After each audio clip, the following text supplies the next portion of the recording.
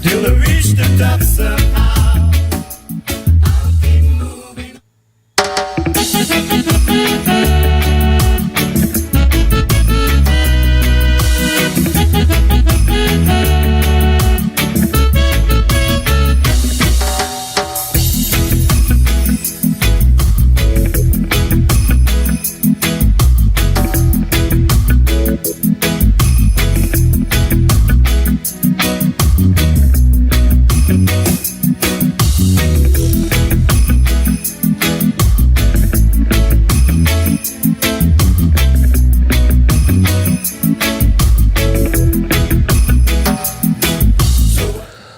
Yes, my Straight Talk family, if you are familiar with that sound or that music, that theme song, then you will know that Straight Talk is live on the World Wide Web, and we are reaching and communicating with you wherever you are in the world at this time.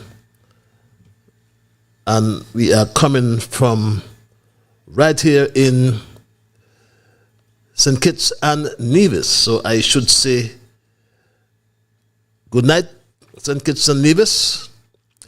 Good night to the entire Caribbean region. Those of you are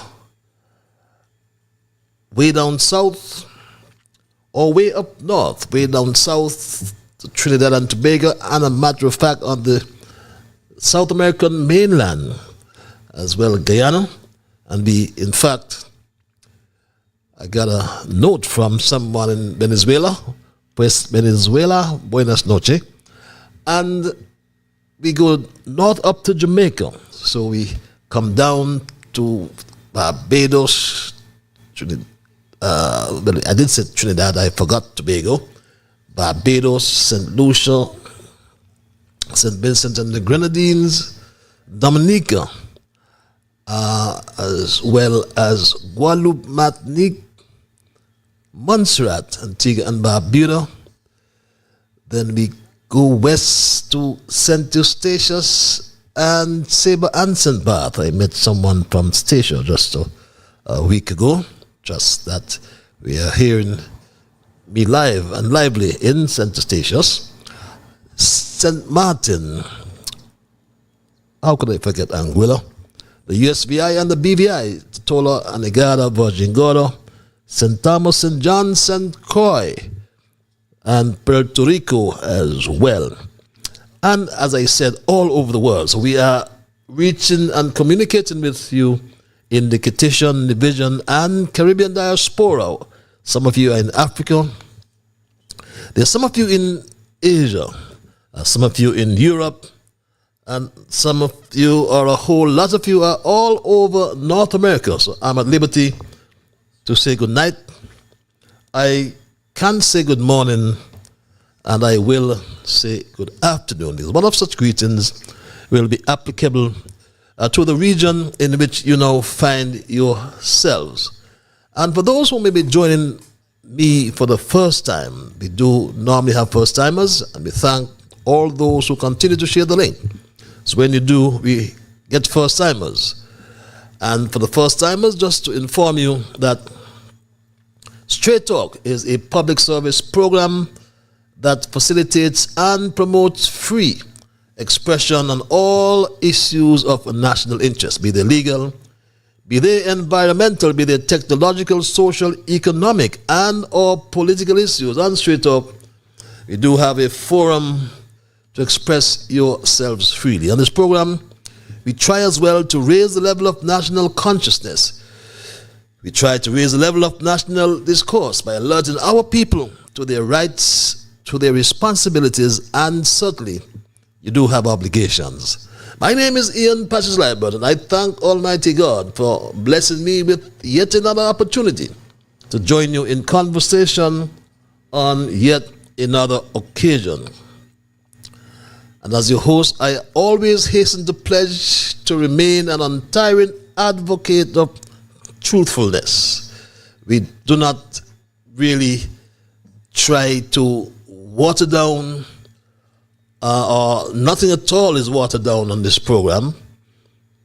We try not to use methods to make it more interesting, neither by omission nor by exaggeration.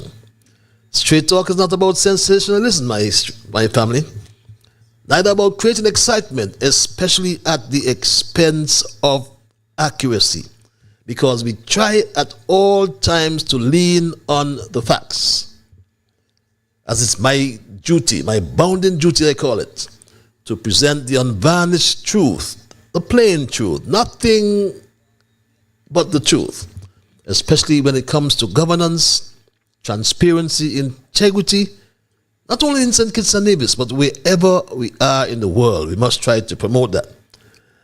And this program joins us together with people across the Federation, across the Caribbean. Through this program, we are joined with people in the diaspora all around the world.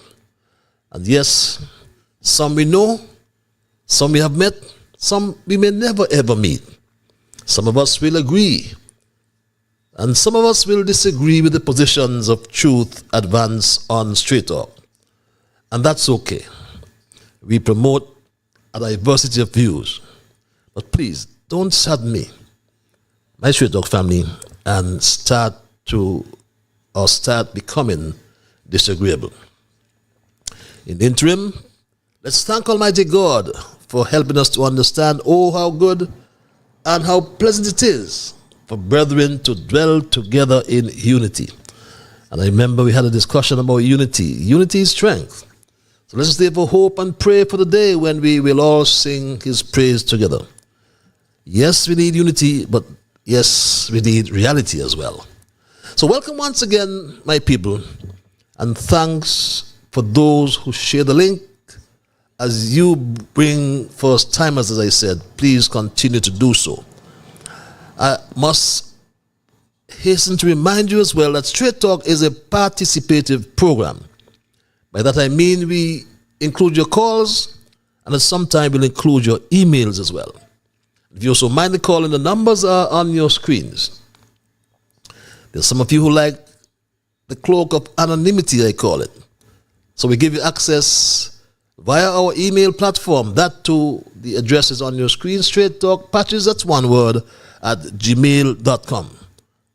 You're heard as well on Alexa. Those who have the Alexa app, Straight Talk goes live on Alexa thanks to Massive Vibes Radio. Just say, Alexa, play Massive Vibes Radio. We thank the owner for the cooperation and the nominal costs. And as we say costs, there's some of you who have made donations to support our efforts here on Straight Talk. And I say thank you. I must also reassure you that no matter how small your contribution is, it helps us to continue this important service. Yes, it's public service. There's some of you who wish to donate, can simply scan the code on your screen to access the payment form. It's a very simple process. It won't even take you 2 minutes, my Straight Talk family. So thank you again for your support and for helping us to keep the dialogue alive. And yes, I must hail my junior brigade, my grandson Neymar. I'll never hear the end of it if I don't hail Neymar and his dear friend Soraya. They are like two peas in a pod. They listen to hear if I will recognize them.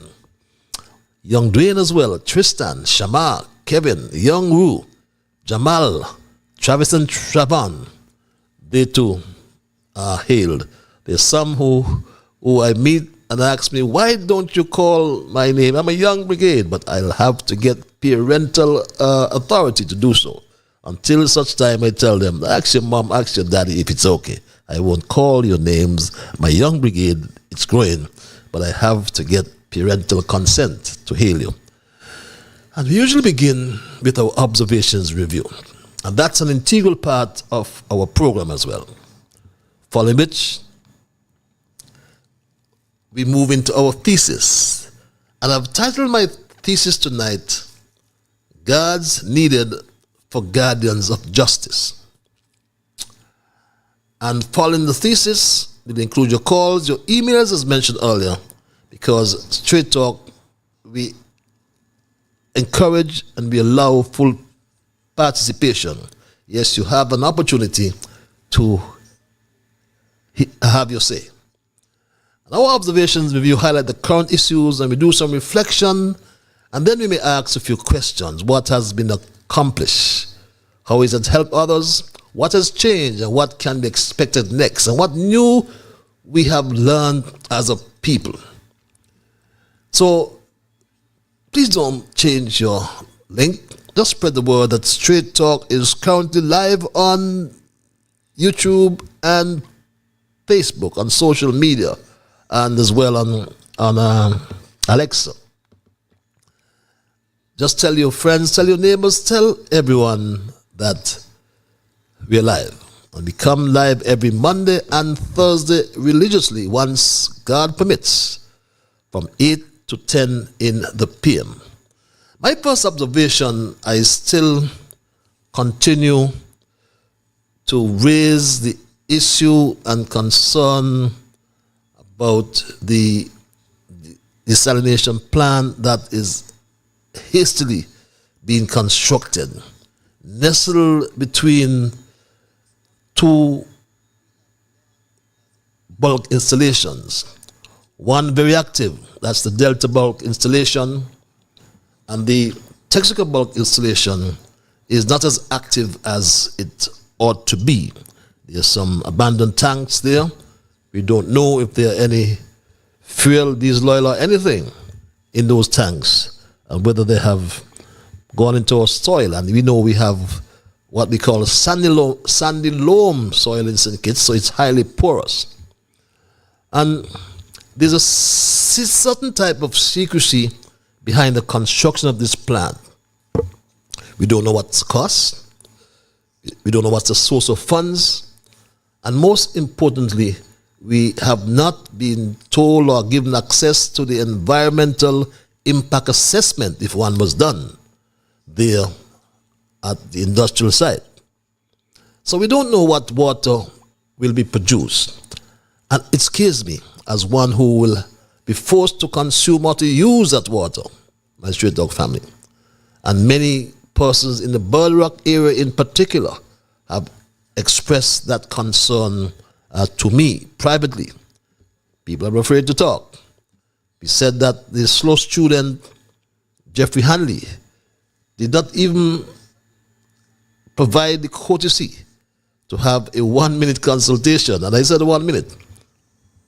Hell no, Jeffrey Hanley. Huh? Do you believe you can speak to us for 1 minute? Walking around the constituency here in Bird Rock to tell us what you're doing. No, convene a public forum so we can discuss whether oil will be in our water. In Keon, they provided, or they gave the Keon folks salt in the water. Are you going to give us oil in that water, Jeffrey Hanley, and the Soko engineer, Congress Maynard, and Terrence Michael July? The people ought to know. Why are you treating the people of East Bastia, and by extension all the people in St. Kitts, with such disrespect? It's disrespect to the highest heavens. But we are following that desalination plant, and you won't hear the end of it until we get information. We've made noise. We spoke about it all the time, and nobody is answering us. But if you know Straight Talk, we are persistent when it comes to finding the truth. And that's so why we continue to keep the Director of Public Prosecution, Adlai Smith, on his feet. He has been criticized, highly criticized, but he has provided some updates today on social media. And one update that Adlai Smith provided for us is an update on what he referred to as the fugitive. I wish now to give an update on the fugitive Mr. Kyron Phillip. There have been significant developments in the ongoing case of fugitive Kyron Phillip, who is wanted for murder in St. Kitts. Late last week, Mr. Philip was detained in St. Martin, where he is currently the subject of police investigation. Law enforcement authorities in the Federation of St. Christopher and Nevis are actively engaging their counterparts in St. Martin to determine next steps regarding his extradition and other legal proceedings. Meanwhile, in a related matter, prosecutor Chantrice Dorset remains in custody while her bail application is under consideration by the High Court. Given the serious nature of the allegations surrounding these cases, my office will continue to closely monitor all developments and provide updates as necessary. We're happy that DPP Adlai Smith has heeded to the call of Straight Talk to let us know what's happening, especially with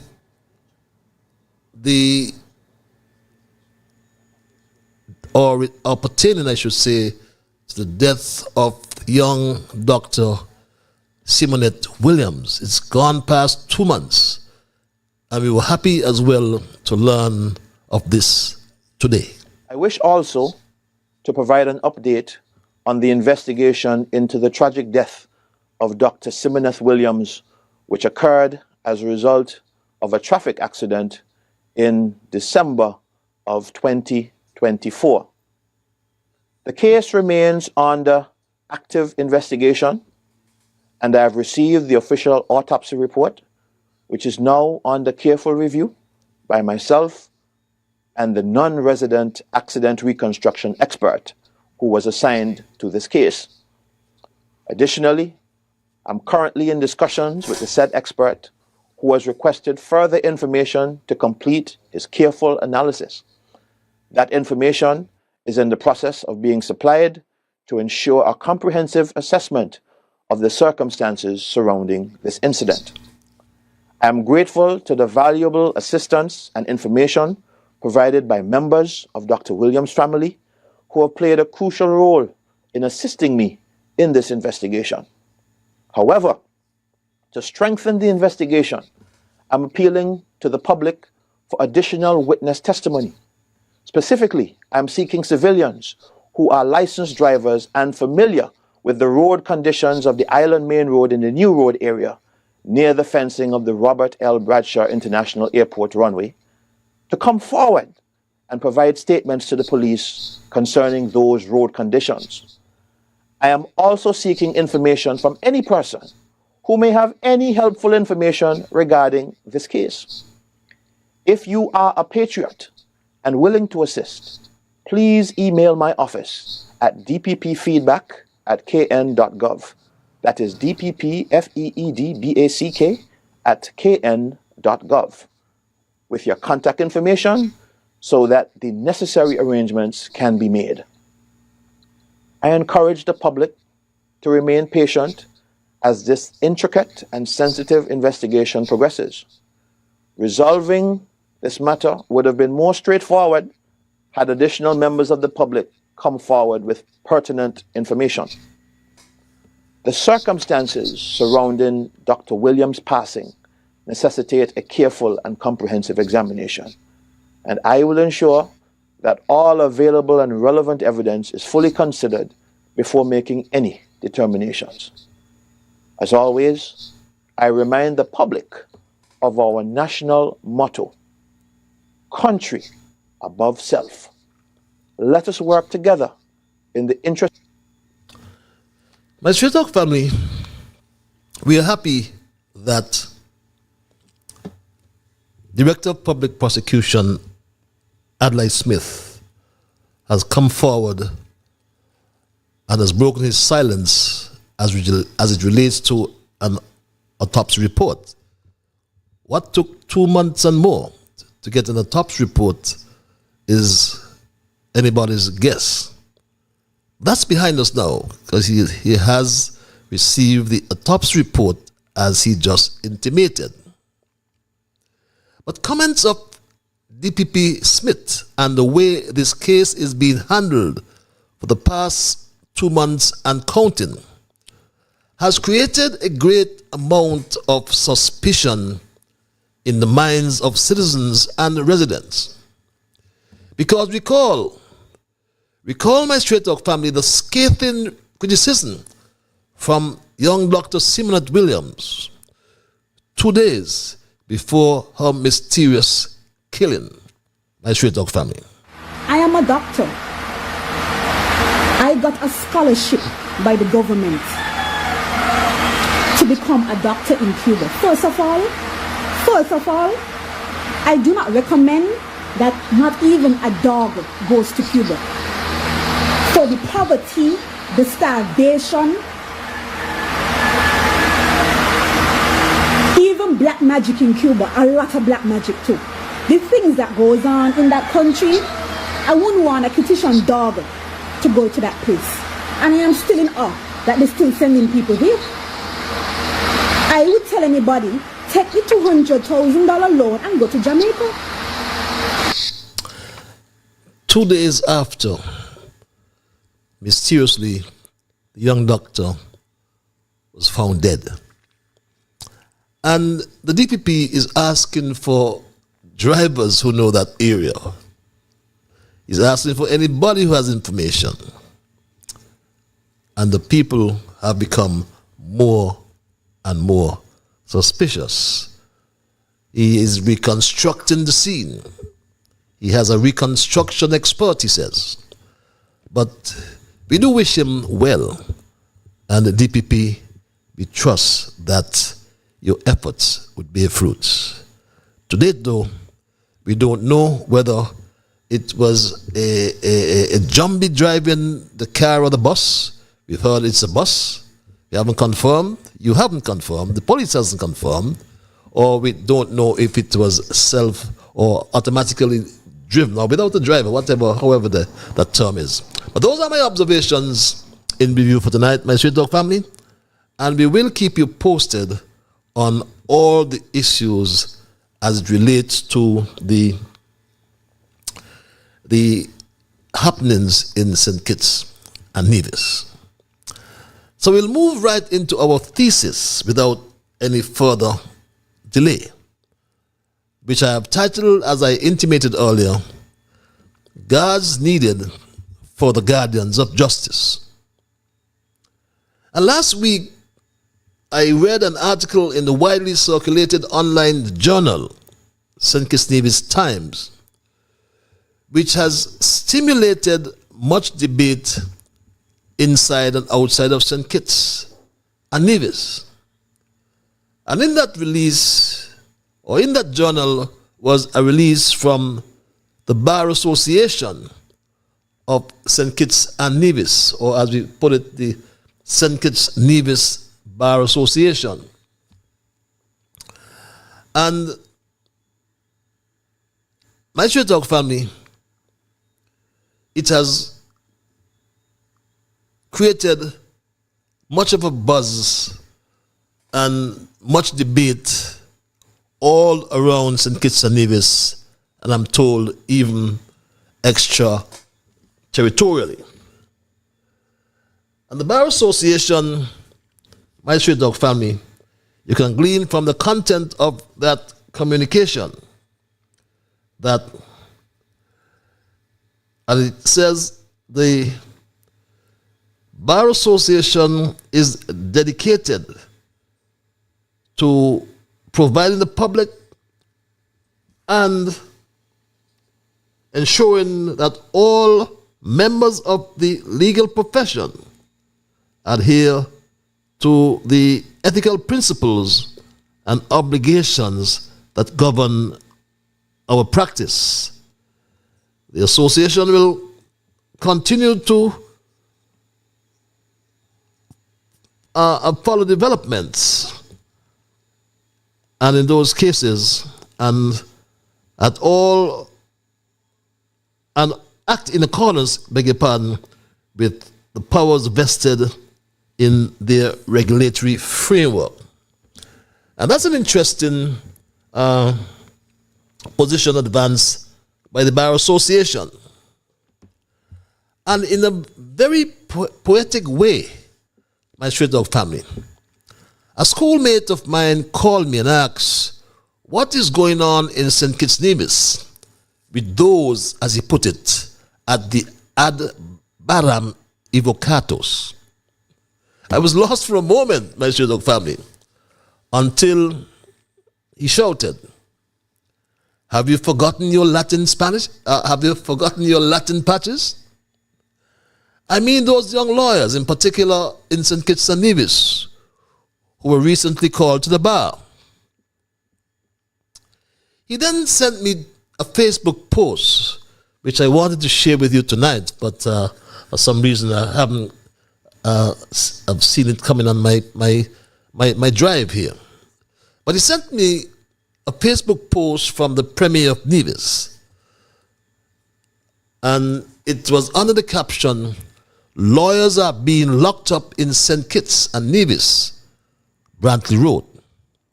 And he asks, is the noble profession losing its way? And if it is losing its way, then who will guard the guardians of justice? So my Straight Dog family, I have come to tell you tonight that it is not if. We have long lost our way in St. Kitts and Nevis.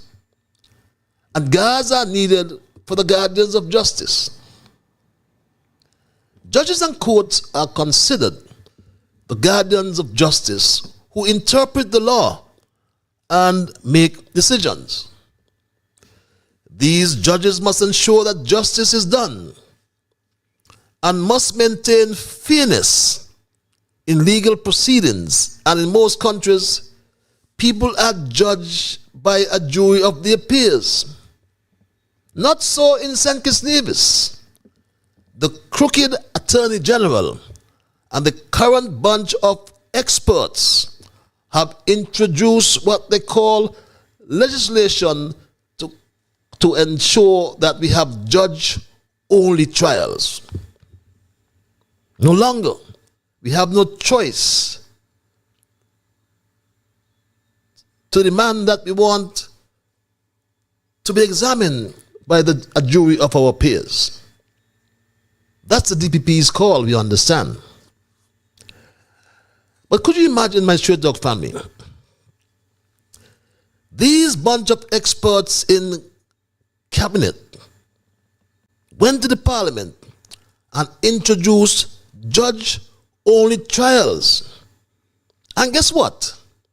In this Black History Month, St. Kitts Nevis has a white man from England as a judge in the criminal court, sentencing black people to jail. Yes, my Straight Dog family. And I met that judge inadvertently. I was in a bar one night some months ago. Here was this white man in his short pants, and I said something I won't want to repeat it here. But he took me on it, and he was very aggressive. And I asked myself, who the hell is this guy? I never even introduced myself to him. He just interjected in our conversation. And when he was leaving, my Straight Dog family, the bartender said, he's the judge. He's the judge. He's a new judge. So I know the mentality of this white man. So here we have in criminal court, doing all the criminal cases, a judge who is a white man from England, sentencing black people to jail. That sounds good for Black History Month, don't you think? Police officers and other law enforcement agencies are also seen as guardians of justice. Their role is to enforce the law, protect citizens, and investigate wrongdoing, ensuring that justice is upheld in society.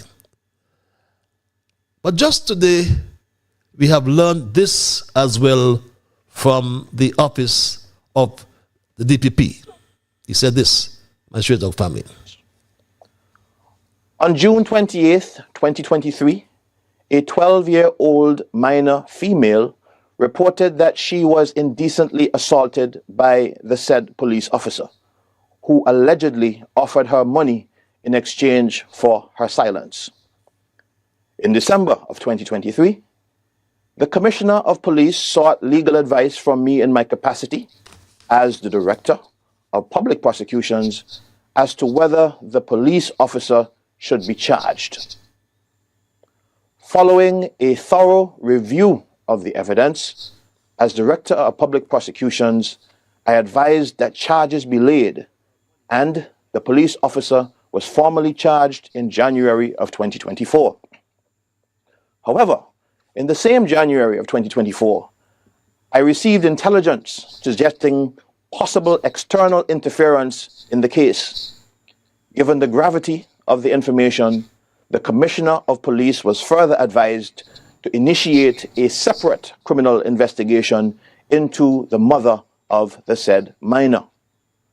As the investigation unfolded, further intelligence was received, prompting law enforcement to execute a search warrant at the law offices of Mr. Vaughan Henderson on February 7th, 2025.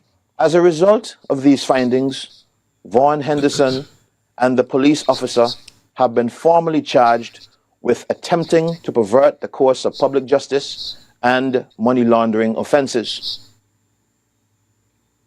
Yes, my straight dog family. No police officer is above the law. He went on to say, my straight dog family.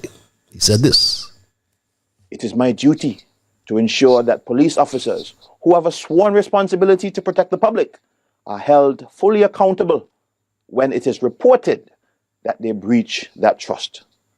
No police officer is above the law, and the justice system must remain impartial in ensuring accountability at all levels. Is the justice system in St. Kitts Nevis impartial? That's the question that I dare say, or that's a comment coming from the DPP, I dare say, is debatable. Governments and leaders, or in a broader sense, elected officials, lawmakers, should be guardians of justice. Yes, they should be, as they create, enforce, and should protect the laws that govern our society. But here in St. Kitts, they are selective, or as my good friend would say, they are arbitrary. A former prime minister, for example, was kicked out of parliament, and the director of public prosecution's office refused to prosecute the former prime minister as per the law. In the former prime minister's case, there was evidence that he obtained a diplomatic passport from Dominica. So the evidential test, in my view, was met. But the public interest test, he was already disbarred from Parliament. Is there anything more that could have been meted out to him? I didn't consider the public interest really warranted me putting for prosecution. Public interest tests, he said, my street dog family. The law, selective or arbitrary. Police arrested a man in Nevis with a gun and ammunition, and the director of public prosecution's office did not allow it to go to trial, did not allow the magistrate to hear the facts. Instead, they served a notice of discontinuance on the magistrate. And that man walked free. Walked free, my straight dog family. having served this notice of on this discontinuance on Magistrate Yasmin Clark. I understand she's now the senior magistrate, and I must extend congratulations to Yasmin Clark, my Straight Dog family.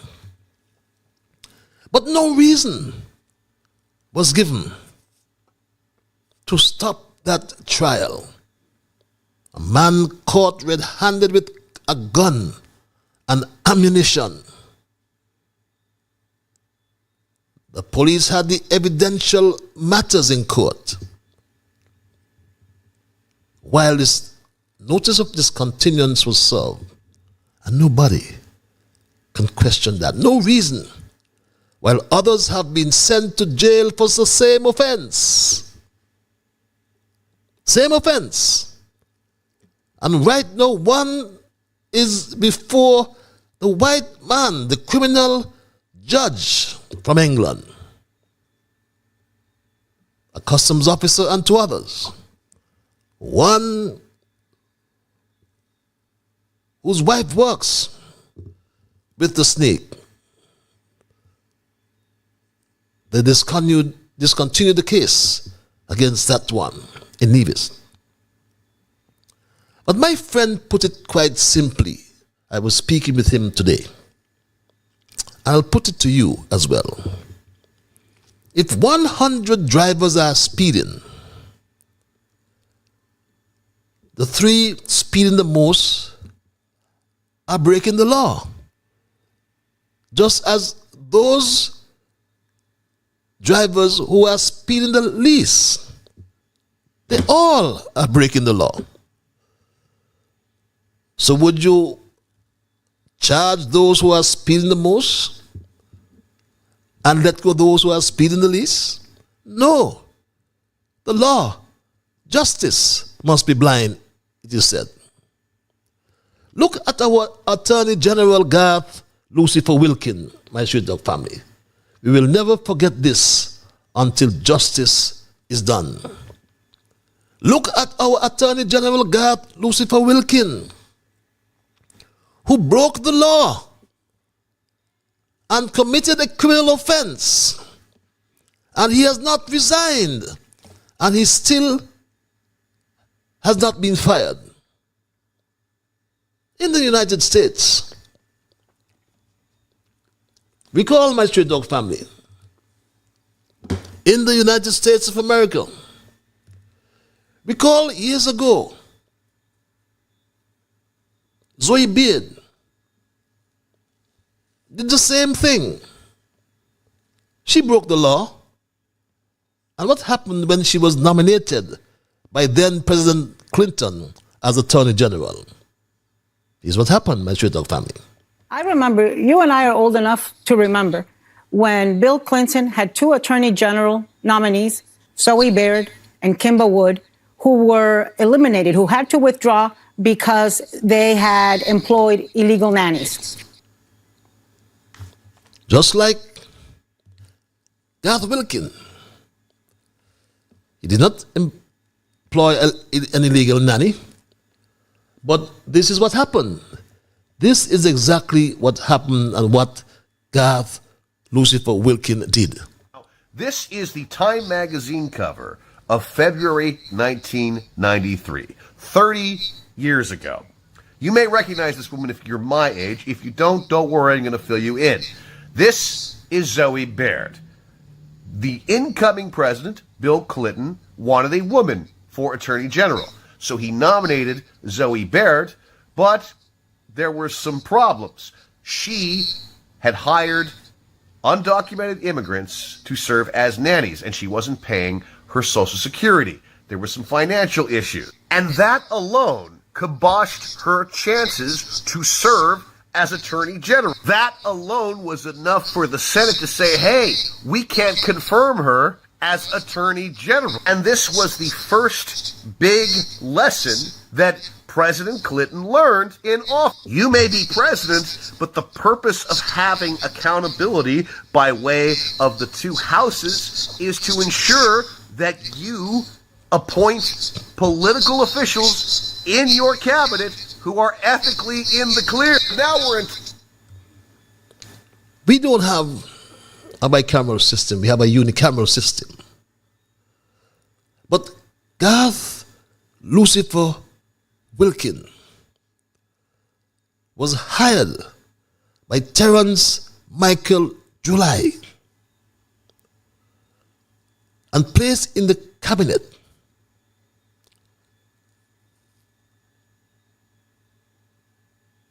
Having committed a criminal offense and never paid the Social Security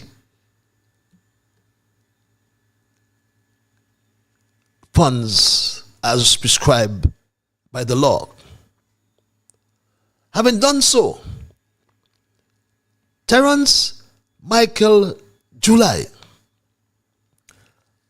has eroded all ethical standards and refused to fire Garth Lucifer Wilkin, who broke the law, committed a criminal offense, according to the judge, Justice Tamara Gill, to be exact, my sweet dog family. He broke the law, and you can find that on the Eastern Caribbean Supreme Court's website. Just look for judgments. Put in a date in 2023, I think it is, and you'll find that.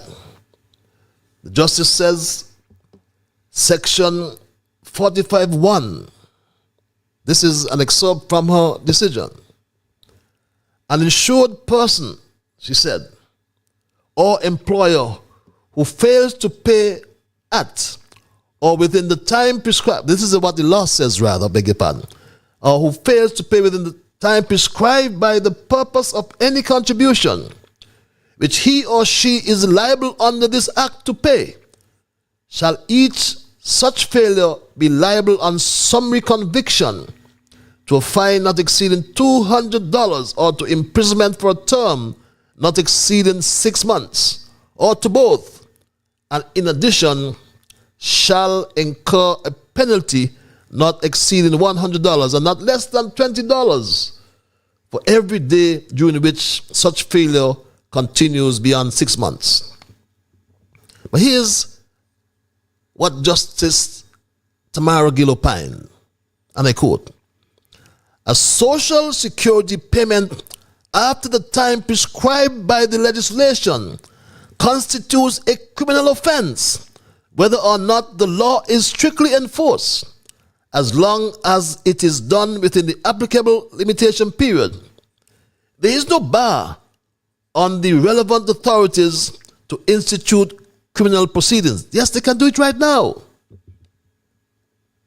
Even when or where an employer has paid outstanding contributions before such proceedings are brought.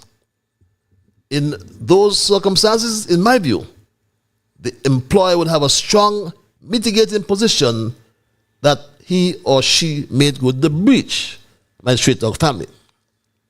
But Garth Lucifer Wilkin, my straight dog family, broke the law before he became the Attorney General of St. Kitts and Nevis.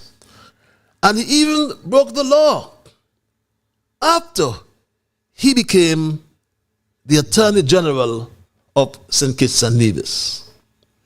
He paid just before he became the president of the St. Kitts and Nevis Bar Association. Just before. He ran to the Social Security and he paid. My straight dog family, at the end of the month, this is the Social Security Act as it provides, it's on your monitors, on your screens. Read it for yourself, my straight dog family. At the end of the month in which wages are paid or within 1 month thereafter, an employer shall pay by means acceptable to the director the contributions payable by the employer under these regulations in respect of wages paid by him or to her to each employed person, each contribution week in that month, together with the appropriate amount by way of the employer's contributions. Listen to the judge's opinion. Section 20. Therefore, it is clear from Mr. Wilkins' evidence, his own evidence, that over a 2-year period of employment of his nanny, there were late payments of social security contributions. He was a serial breaker of the law, my street dog family. And you can see the payment dates. The payment dates were very clear, my street dog family. He paid, like I said, just before he became president of the Bar Association. He paid just before he was appointed Attorney General of St. Kitts and Nevis. And believe it or not, even when he came Attorney General, my street dog family, he then broke the law one more time. This is what he did, my street dog family. He broke the law one more time. The payments for November 20 to 2023 remained outstanding till April 2021, the day before he was appointed president of the Bar Association. My street dog family, he then became president of the Bar Association, and again he broke the law. From May 2021 to July 2022, almost 1 year remained outstanding until August the 12th, 2022. That's 2 days, I think, before he was appointed Attorney General. And believe it or not, he became Attorney General. And from September to December, he failed to pay one more time. A serial breaker of the law. That's the best I can describe him, my street dog family. But I raised this matter because there was a time in St. Kitts Nevis when you were white, you had or enjoyed automatic privileges and benefits and double standards. Well, now is the time in St. Kitts Nevis. You need a percentage of whiteness to obtain those privileges, benefits, and double standards. I know a lawyer from Newtown who burned the midnight oil, dedicated himself, and became a lawyer. But he came from poor, humble circumstances. His mother was a domestic servant, and his father was a baker. He transgressed the law, and the St. Kitts Nevis Bar Association took disciplinary action against that lawyer. Till today, he is disbarred. Ask the father of Garth Lucifer Wilkin, Charles Wilkin, who is that lawyer. But the difference is that Garth Lucifer Wilkin doesn't need to ask anyone for help, as he gets it automatically because of his percentage of whiteness, my street dog family. The DPP, Adlai Smith, don't dare prosecute Garth Lucifer Wilkin because he needs his job. I will repeat that. The DPP, Adlai Smith, don't dare prosecute Garth Lucifer Wilkin because he needs his job. Did you know that Garth Lucifer Wilkin selected Adlai Smith, who has a 2-year contract that expires in October 2026? You see his predicament, my street dog family? Can you walk us through the process of what is involved in selecting a DPP for St. Kitts and Nevis? Okay, well, the former DPP, the previous one, his contract ended in September last year. So when we appointed an acting DPP in the interim, and we proceeded to develop the terms of reference that we wanted to put out for the advertisements. So the team within the ministry met, and we said, these are the education requirements, these are the experience requirements, these are the personal requirements that we want to see. And we went about issuing a request for persons to submit their resumes at about, I think it was in December or January this year. And we received 7 applications. And what we did, we then conducted interviews. So an interview panel, the head of the civil service, the permanent secretary in the ministry, the solicitor general, and myself. And we sat with the individuals and we just had conversations. And what was important for me is what the DPP would bring to the table in terms of the advancement of the office of the Director of Public Prosecutions. So that was a key element in our discussion. And at the end of the day, we felt that Mr. Smith was the best candidate out of the persons that interviewed, and he was offered the opportunity, and he gratefully took the opportunity, and we're excited to see what he will be able to bring to the DPPO. It's what he expected. You heard him. What I expected. My Straight Dog family, God, Lucifer Wilkin, makes the law, but he breaks the law. And he is the one who determines who prosecutes the law. Yes, God, Lucifer Wilkin. It for yourself again, my Straight Dog family. Can you walk us through the process of what is involved in selecting a DPP for St. Kitts and Nevis? Okay, well, the former DPP, the previous one, his contract ended in September last year. So when we appointed an acting DPP in the interim, and we proceeded to develop the terms of reference that we wanted to put out for the advertisements.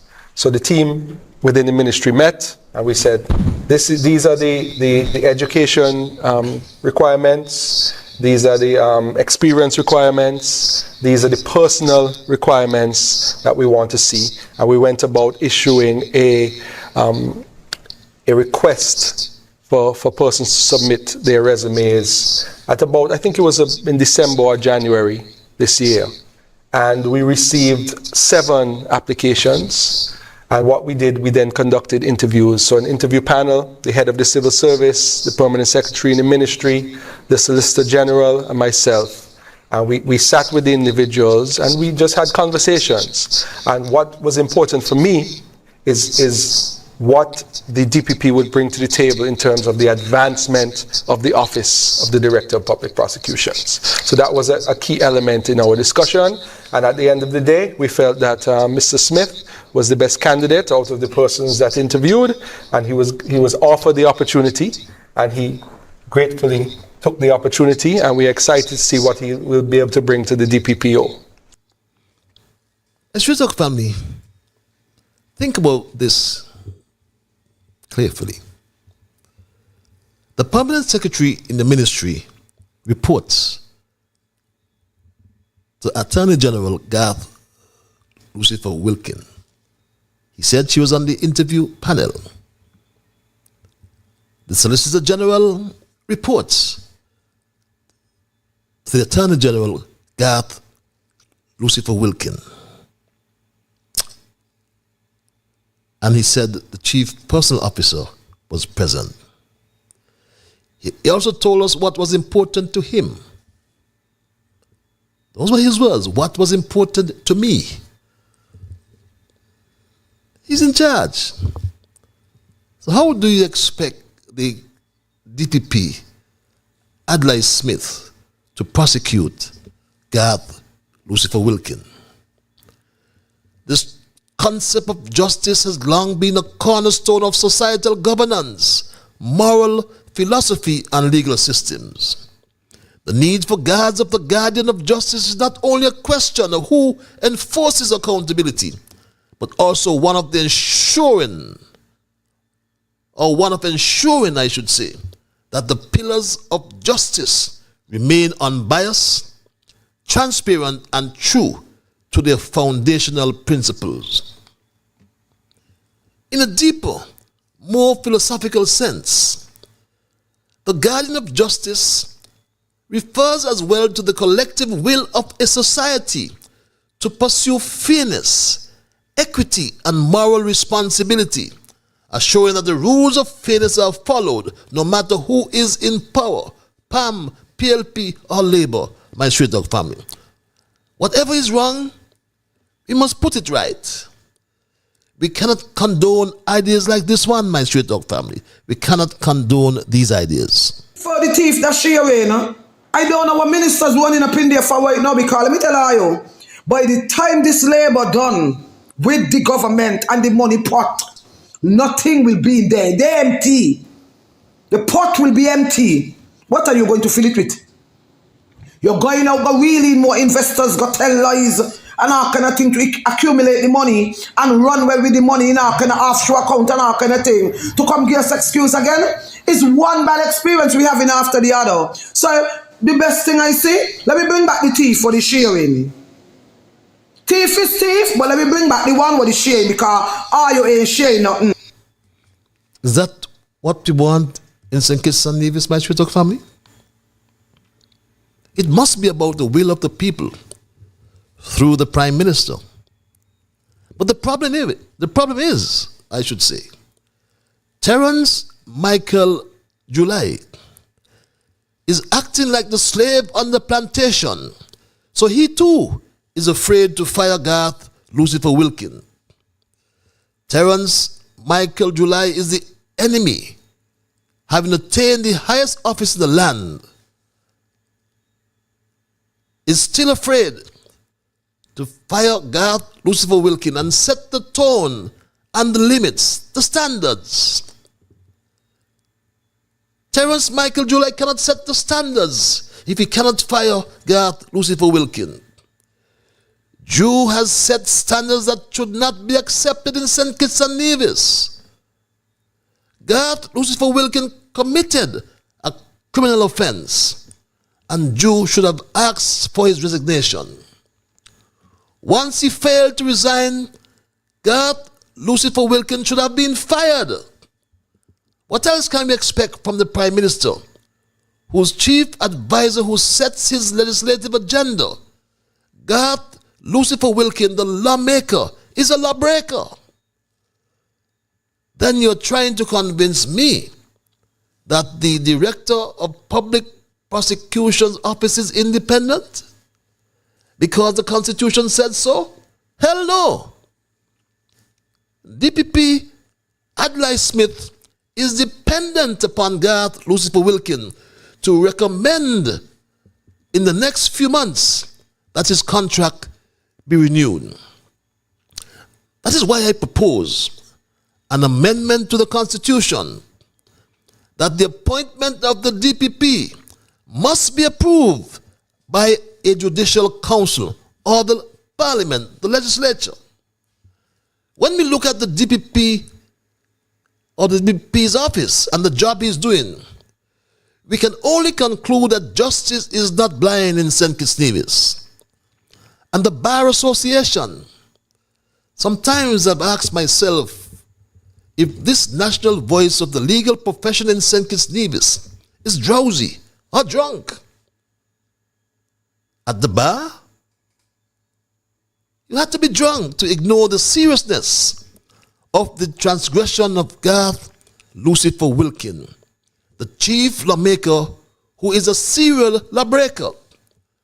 Whether through independent review, transparency, or systems of checks and balances, we need mechanisms to ensure that the guardians of justice remain true to their responsibility. Without such guards, the very essence of justice and fairness, equity, and the rule of law will always be compromised.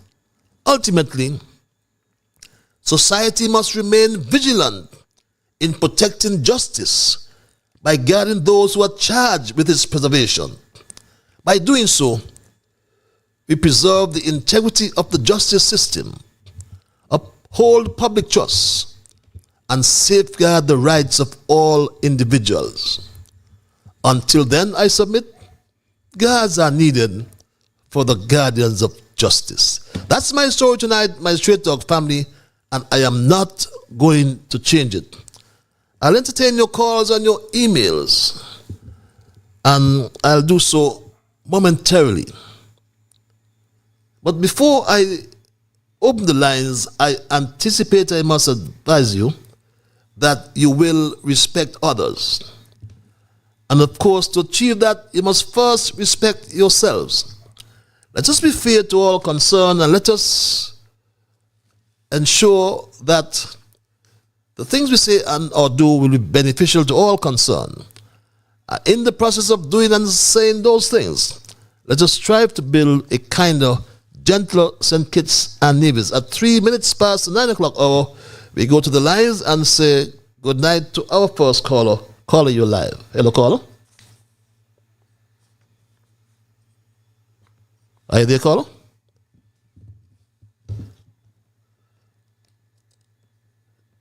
Bear with me 1 second, caller. Bear with me 1 second, could you? Bear with me 1 second. Are you there? Yes, thanks for holding. Thanks for holding, yes. You're live.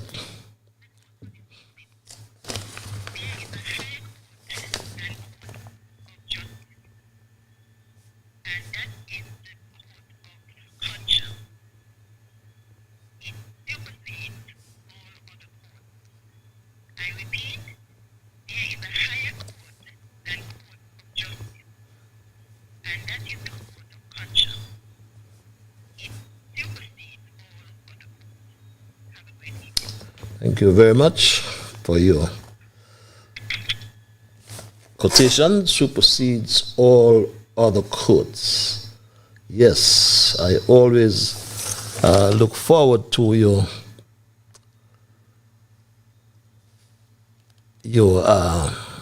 interventions, and we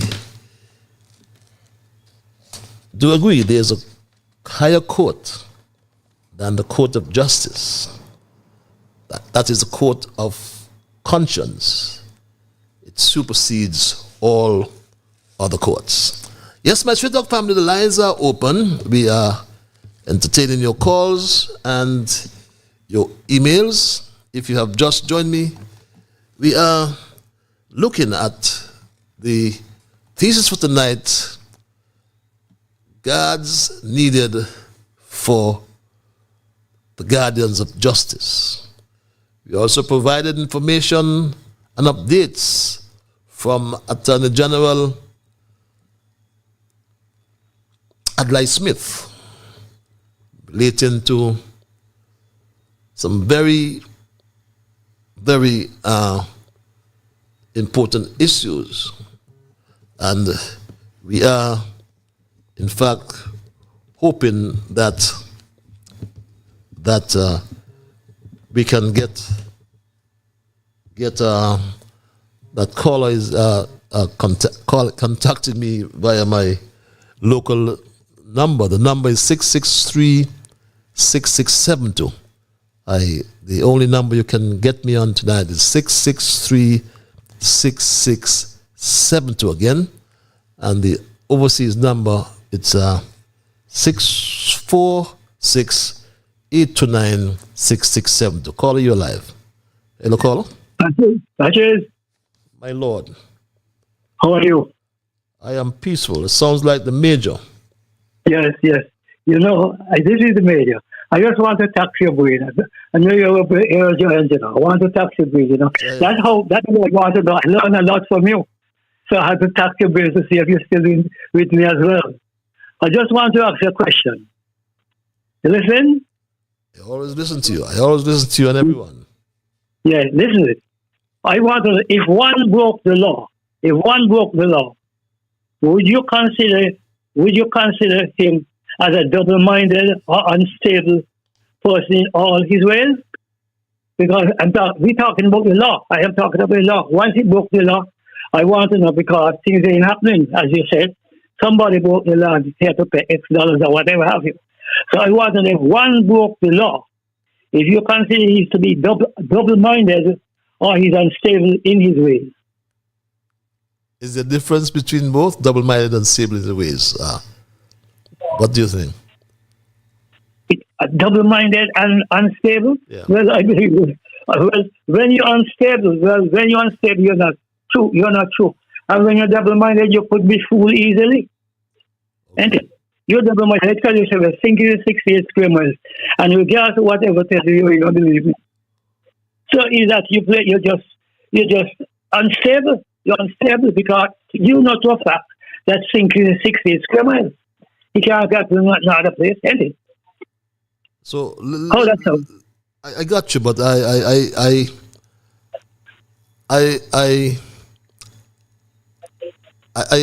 introduce the fact that our chief lawmaker Yes. is a serial lawbreaker. Yes. Are you suggesting that he's unstable in his ways? That's what you're saying? Well, if you say, not you, I don't want to use you. If you say, well, boy, he's doing these lots of things inside, and he know he's wrong. He ain't unstable, he willful. Okay. He ain't unstable, he willful, isn't it? Okay. And you would know. Yeah? You would know. And having come up with Miss Storm, you know, back then once you were white, you were bright. You were right. Sorry. Okay. You remember those days? And, Sure. You know, I'm wondering if it goes back to that. You know, you know, there was a time in St. Kitts and Nevis where I mentioned the point where when you were white, you had automatic privileges and benefits and double standards. So could it be a case of double standards as well? Well, you see, in that case there, if we study the Bible well, the Bible tell you that is the royal law. And that the Bible tells you that is the royal. If you read in Leviticus, I think if you read in if you read in James chapter 2 and verse 8, he tells you that. What I am saying is what he tells you the royal law. Okay. And what is the royal law? The royal law is not to tell the truth. What is the royal law? What you consider the royal law to me then? If we're being guided by the Bible, what is the royal law? So we don't have no royal law here, so we do as we like then. So therefore, that's why they consider that you're either unstable or you're either you're unstable or you're double-minded. How that's it? Okay. Yeah, the Bible tells you so. Yes, The Bible tells you so. You're a biblical man, you're in Sunday school like me, you're going to Marie and I go back Methodist. The Bible tells you that. Okay.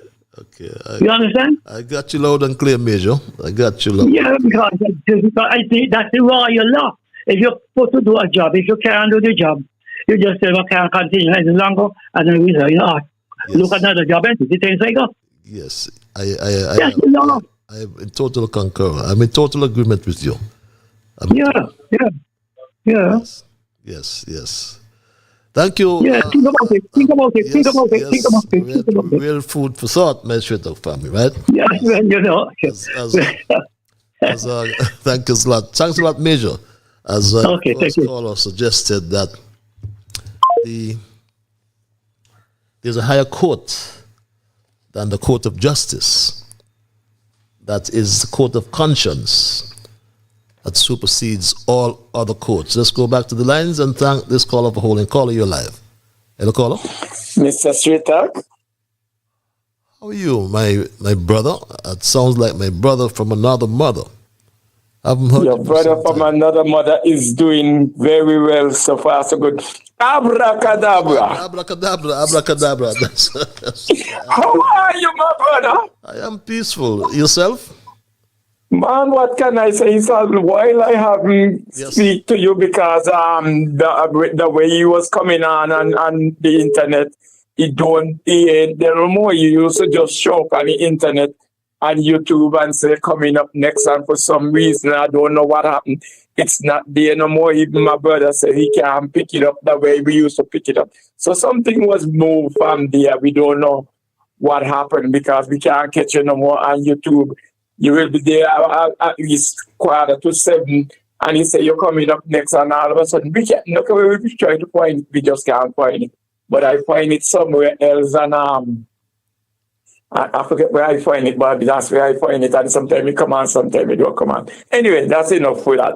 Well, Mr. Strater, how are you doing? I am peaceful. I am peaceful. Yourself? Listen, we didn't get to hear the quote now from our wonderful lady, so you're going to have to do something about that. Yeah, we didn't hear it. It didn't come over. So I don't know if you can play it back and then we can hear it. So let me just say good night to my people all over that listening. Good night to my brother there, Alvin and George, with there in Bellevue. And good night to my brother Culture. I haven't heard from him for a while. My brother Ellis there from another father and brother. And my wonderful niece there, Abby and Johnny in Deep Bay. I just want to wish everybody a wonderful night and have yourself a wonderful time. And Kenzie in Tabernacle, remember you. And Lyda from Bellevue. Oh, Mr. Strater, you're doing a wonderful job. Mr. Strater, what's going on with our Attorney General? Understand? He know what he done, but you see, that's what happened. That's why it's going to go down like that, because he's not going to move. And the Prime Minister, Dr. Drew, like pepper seed, Tabasco pepper seed, is not going to do nothing. But don't stop preaching. Continue to preach. Oh, I didn't even help my lovely niece there in St. Louis and the Texas Queen. You guys, good night, man. Good night. God bless you guys. So, Mr. Strater, we got a real job on our hand, because they're not going to do nothing with him. Understand? He know he commit a crime, but he's not going to do the time because nobody going to force him to do the time. You preaching, yes, and everybody hear it, but nobody's going to do nothing because everybody is saying, well, look, he what done in dark, come in the light, it's good enough for you, and we not go bother with it, we'll leave it alone. But you just continue to do what you got to do, Mr. Strater. It's coming down to get home soon, Mr. Strater. Man, I will get drunk this time. My brother, I just want you to take your time and do what you got to do. The people love you. Just continue to shine your light that others can see. That's all I can say to you. Just do what you have to do and let God bless you the way He will bless you. My brother, I'll see you soon. See you when I see you. Abracadabra. Abracadabra, my dear brother. Thanks a lot for your intervention. We're happy to hear you. And I just got some information that my earlier calls were not being heard. It's a bit surprised, but do apologize if that's so. The quotation, as I said from my first caller, there's a higher court than the court of justice. That is a court of conscience. It supersedes all other courts. So if you didn't hear that at first, I do really humbly apologize for that. I don't know why it was not heard, but we do apologize nonetheless, and trust and hope that we will sort that out, my Straight Dog family. It's now 16 past the 9 o'clock hour, and we are going to also take your emails, as sometimes I know I sometimes start too late with my emails and I run out of time, and for that I also apologize, my Straight Dog family. And so we'll get to the emails sooner rather than later, and that's as of now. There's a woman on Freedom Radio last week speaking on the issues. Let me take this call before I go back to the line. Caller, you're live. Hello, caller. Yeah, good night, Mr. Liburd, man. How you doing tonight, man? I am peaceful. Yourself? Yeah, pretty good. I want to say that I'm happy with your presentation this evening.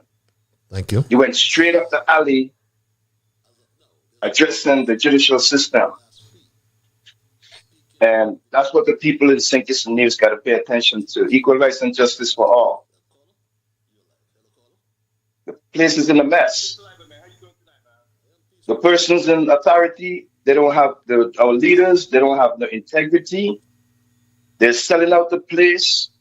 and they're not representing the people that put them there.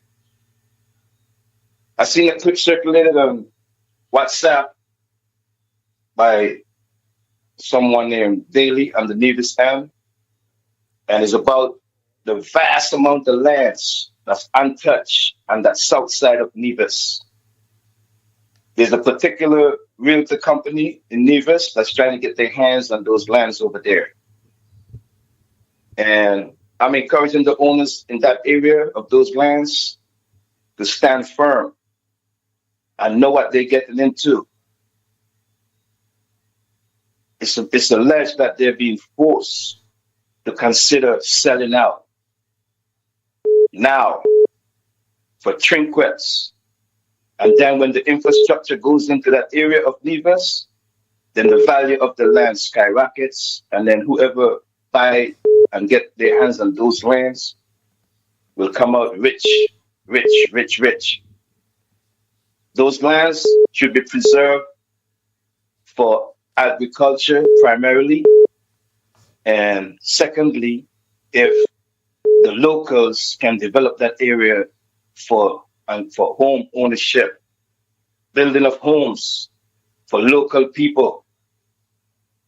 Too often we see foreigners come in and get vast amount of lands, and then the poor working class people, the locals, scramp them. The common man can't go to work in St. Kitts and Nevis and buy not even 100 by 70 lot for their own family. Thank you for attacking the judicial system. Those persons in the judicial system, they ought to be doing their job and cleaning up that mess, that corruption that exists in the judicial system. And until they do that, St. Kitts and Nevis is going to be like how it is. And one quick message for those who are behind the cloak of amenity, attacking me or any other persons on your media or any other media, I'm just telling them they're wasting their time. You has a podcast and you're encouraging us nightly not to become disagreeable and to promote positivity, to raise the consciousness and the level of the quality of the level of people of the Federation. Certainly, yes. Yes, still, they have some persons that's coming out here. They're hiding behind the cloak of amenity, and they are not trying to contribute positively.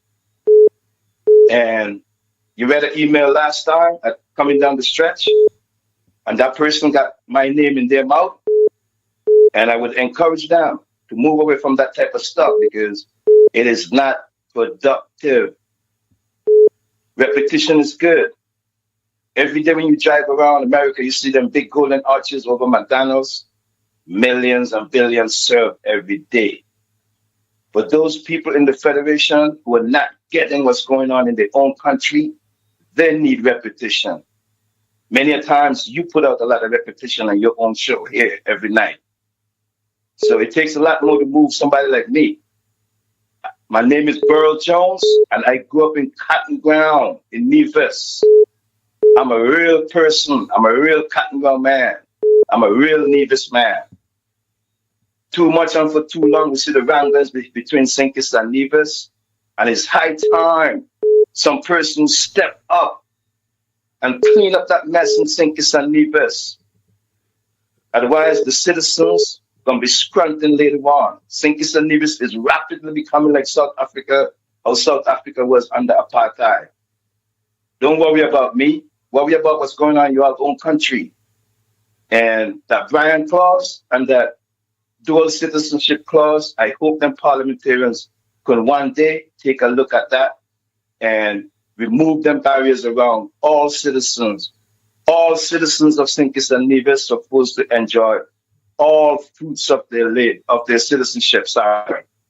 All citizens of St. Kitts and Nevis should enjoy all the fruits of their citizenship. That's my little contribution for now, man. Thanks a lot. Thank you very much, my dear brother. We go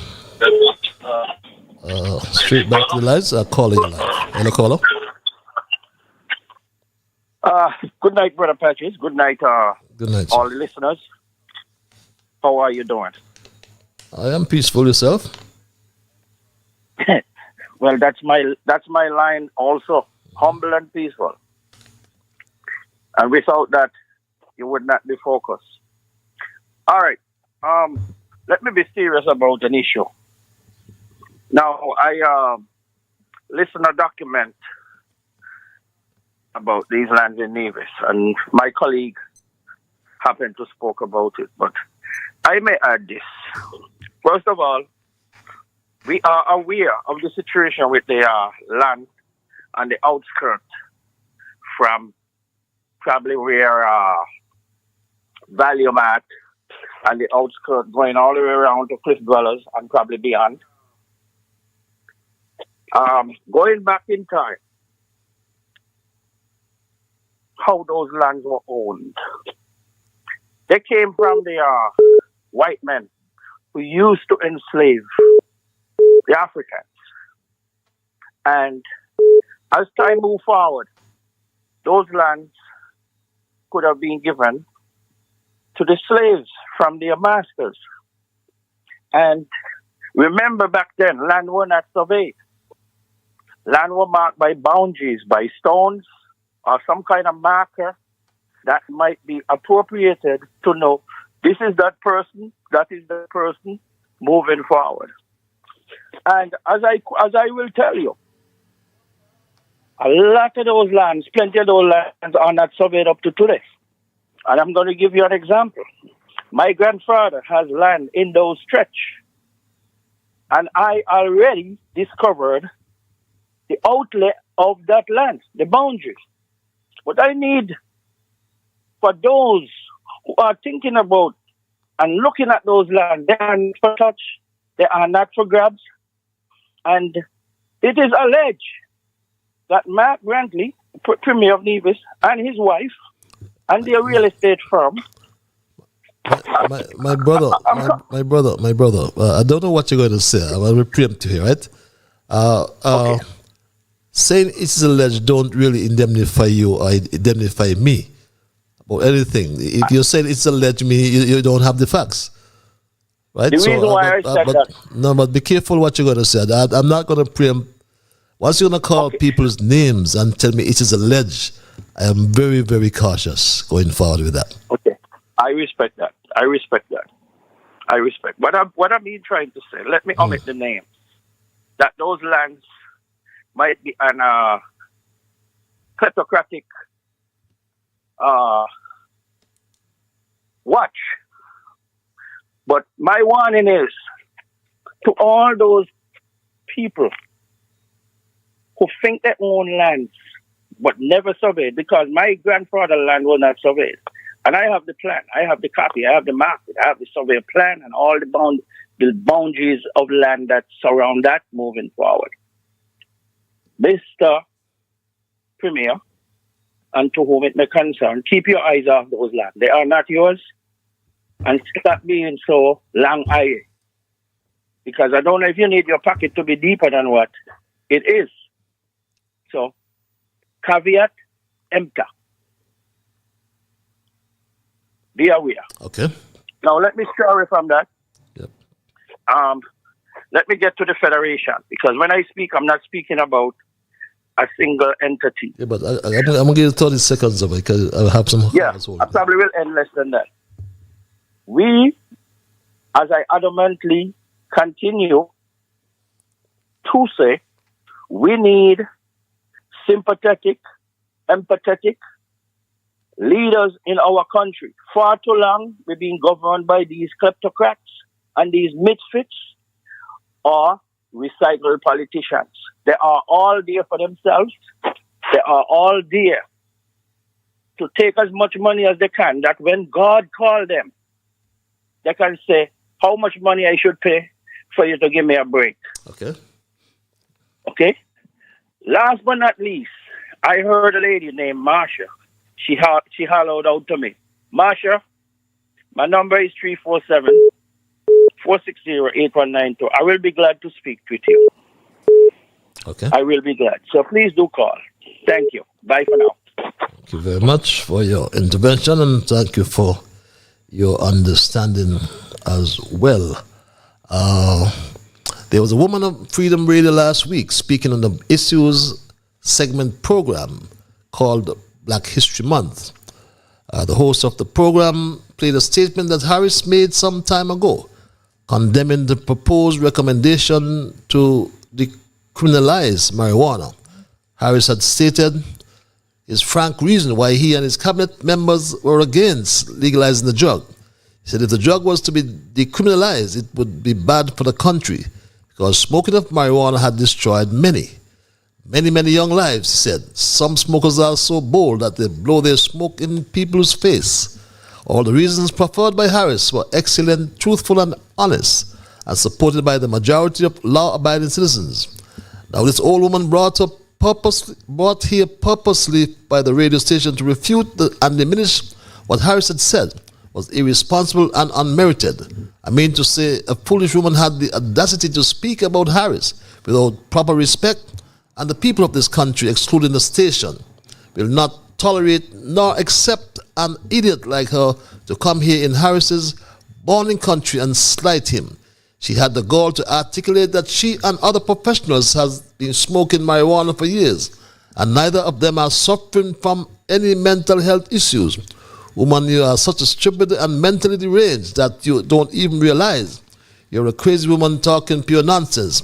Harris's prediction has come to pass, which all of us are experiencing now. I am surprised that the station manager did not tell you that the government recently fired a medical doctor because marijuana had him berserk and acting like a real fool making to you. And let me issue this warning to the woman and all who think that they can stigmatize Harris's good reputation. I will not mince my words in dealing with you. Caller, you're live. Thank you for holding. Hello, caller. Yes, greetings, Brother Patches. Greetings, my brother. Pleasant good night to you and the listening audience and those listening via the internet.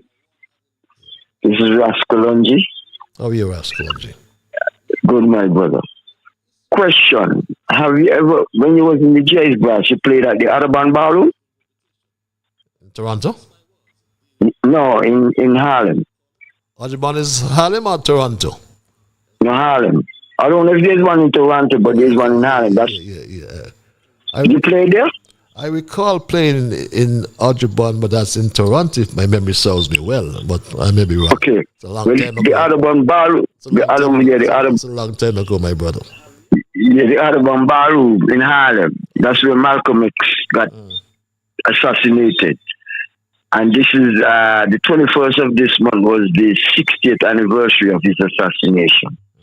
So that's why I'm asking, because before the split with Elmat and the Jazz Brass and the Jazz Brass International, they were all together in 1979. I was at the Audubon Ballroom when they had the dance there. Okay.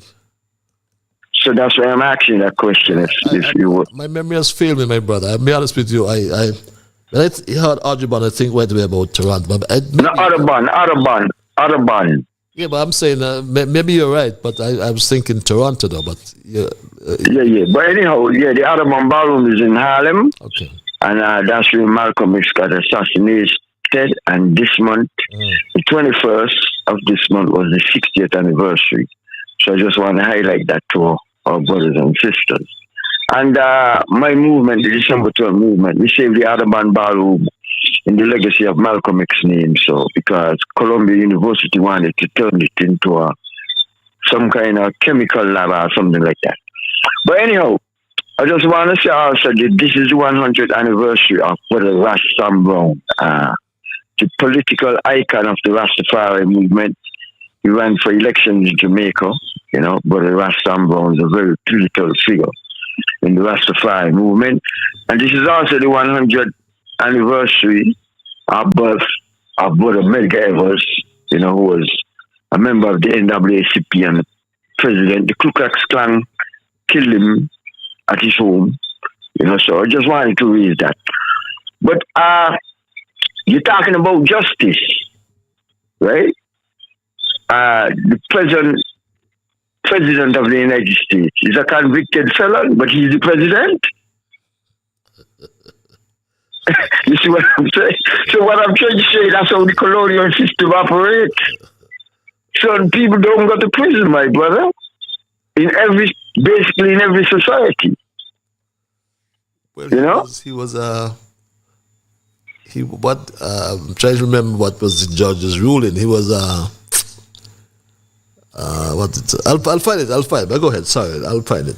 Okay. Anyhow, I just I just wanted to say basically that what Malcolm also say, this being the 100th anniversary of his birth, that all the Africans in the Western world belong to the Republic of New Africa. And his mission before he got assassinated was the unification of all black people, the black nation within the Western world. So we just echoing his sentiments. You know what I'm saying? Because that's what we want to achieve. And basically here, the movement for national unity, we want your listening audience, I want to know if they'll be interested in joining the movement for national unity, because that's what we need. We need to get the house in order. We need to repent for our sins, and atone for our sins. Because you see how messed up it is. You're talking about justice and the legal system here. I mean, this is throughout the globe. It's not just only here. So what I'm trying to show you is that we got to get right with ourselves and we got to put our house in order. That's what we're calling for. So we're saying that the 500 million Africans in the Western world, we have to speak with one voice. You know what I mean? What Granny say, love one another. What Granny say, respect one another. What Granny say, one people, one aim, one destiny. So that's what we're calling for here home, my brother. Right here in Miami and all I think it's a Nevis. We are calling the movement for national unity, the African consciousness movement. We are saying to your listening audience and to our people and our citizens that the movement for national unity, we want it to become a part of it because that is the only solution to this pollution. And you see what is happening. Look at what is happening basically. I think former Prime Minister Timothy Harris, I went into a supermarket and the Observer newspaper, he said that small business is in trouble. But that's what I'm saying. The reason why small business is in trouble is because of COVID. The political capitalist economy implode. That's why COVID came on us. So I'm saying the only way we could sustain ourselves instead of quarreling amongst ourselves. We got to unite as a people. No, those who don't want to unite with us, they're against us. It's as simple as that. It's not a big argument. So I'm saying, I'm putting out there to the listening audience. We have to unite. The movement for national unity is calling you. Whether you want to be a part of it or not, you got to make a choice because, like I'm saying, that is the only solution, my brother. And Brother Malcolm X called for that. So, we are following in his footsteps. This being the 100th anniversary of his birth. Okay. And like we say, what Granny say, unity is strength. What Granny say, one people, one aim, one destiny. So what we're saying is the movement for national unity, we want it to be a part of it. And before I go about the patches, I just want everybody to know that our YouTube channel, the Revelation of Struggle, we have a YouTube channel. We are on every Tuesday night from 8 to 9. So just log on, Revelation of Struggle, Past and Present. So we just want the listening audience to know that.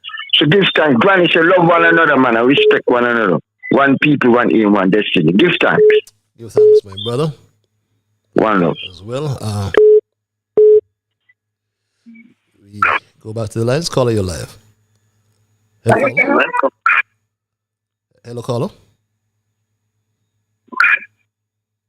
Are you there, caller?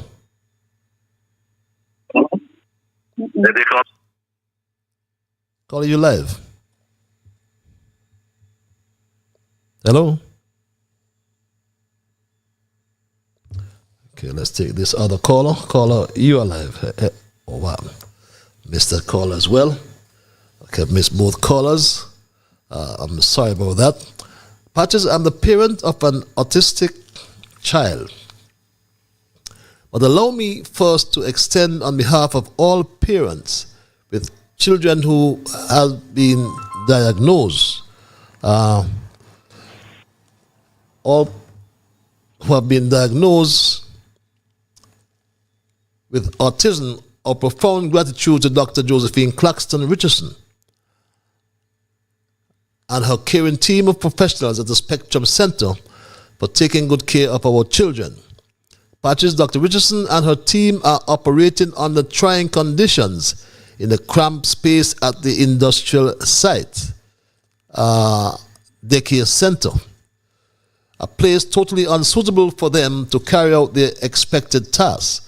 To add insult to injury, Patches, Dr. Jeffrey Hanley as Minister of Education shows utter lack of support to the hard work performed by the Spectrum team, because on multiple occasions the Spectrum Center arranged meetings with the minister or his representative to meet with us parents, and for reasons unknown, no one ever once bothered to show up or gave any reason why the non-attendance, which is a clear indication that children diagnosed with autism doesn't occupy the government's attention. Patches, the Spectrum Center was opened in 2018 under the Team Unity government with Dr. Sean Richards as the Minister of Education. Dr. Harris and his government gave their full support to the Spectrum Center, including you, Patches, as Minister of Public Infrastructure et al. On Thursday, 2nd March 2023, Dr. Jew announced on his roundtable show and broadcast on ZIZ Evening News on Friday, 3rd March 2023, that he will within a year have built and completed a new building for the Spectrum Center. He stressed that the plans for the building were already drawn and approved and all the funding for the project already secured. I am not aware if the plans and funding for this project was one left there by Team Unity, and this is another of the multiplicity of projects shelved by Dr. Jew's government. Now, with only 2 days shy of 2 years since Dr. Jew promised that the construction of the building will start and completed within a year, with every passing day, our children are being denied of modern support of a bigger space, as the staff are operating under less favorable conditions to deliver a quality product to our children. I felt rather grateful when, on Saturday last, Donald Trump in his CPAC speech gave some very startling statistics regarding the out-of-control rise in autism cases in the USA. He described the rise in autism cases as a pandemic when he said that 15 years ago, 1 in every 20,000 children were diagnosed with autism. Now in 2024, the number has ballooned to 1 in every 36 children born diagnosed with autism. And he directed the Secretary of Health and Human Services to work on autism as a matter of urgency. Is our government aware or care to know that geniuses such as Albert Einstein, Thomas Edison, Elon Musk, Bill Gates, Lionel Messi, Sir Isaac Newton, and Leonardo da Vinci, just to name a few, were all diagnosed with autism but overcame their disability and excelled because of a good support system? Patches, this is a clear example that the New Deal that Dr. Jeffrey Hanley promised to give the education system wasn't a good New Deal, but a bad New Deal. Reads this email. Let's just go back to the lines and thank this caller for holding. Caller, you're live. Hello, caller. Patches, good evening. Good evening, my dear. Good evening, Patches. Good evening. Marsha here. Marsha, how art thou? Patches, I'm wonderful. Patches, listen me good. I want to place this on record tonight. I must say, Patches, I want to know, this Saint Nevis here, having some wicked, lying, white-collar criminals, and the bad man them and the jail, but them just lie, They got some top men in authority, Patches. They're wicked and they lie. But I must say that time soon come. Time soon come. And listen to me, Patches. I will like to know. Before I forget, Patches, you did find out about those dead bodies that came in on the boat couple weeks ago? Because I'm not hearing nothing about them. I'm afraid I didn't do my homework. I apologize. I am guilty. Just fine. Yes, because I am concerned and I'm scared because the boat showed up here. I don't believe in those kind of things, but people are talking. people are talking about it, and people are saying they come here to do things. So, I'm scared for my country. I'm scared for my federation. So I want to know why they're holding up this report, whether put them if they already buried them, or if they got them in the mouth. Just saying. Because I think that the federation, waiting on this full report about the boat that come in where they find on the water with these dead bodies. I don't know where they come from. I don't want to know where they come from. And I just be waiting. The Federation of Saints are waiting to hear where they be, how they get there, and what's going on with that. Patches, I want to move up a little bit. I want to say, last week I called in and I was saying team unity is a must. Team unity is a must. Together we stand, divided we fall. I think that the team unity government is the best thing right now for the Federation of Saints and Nevis.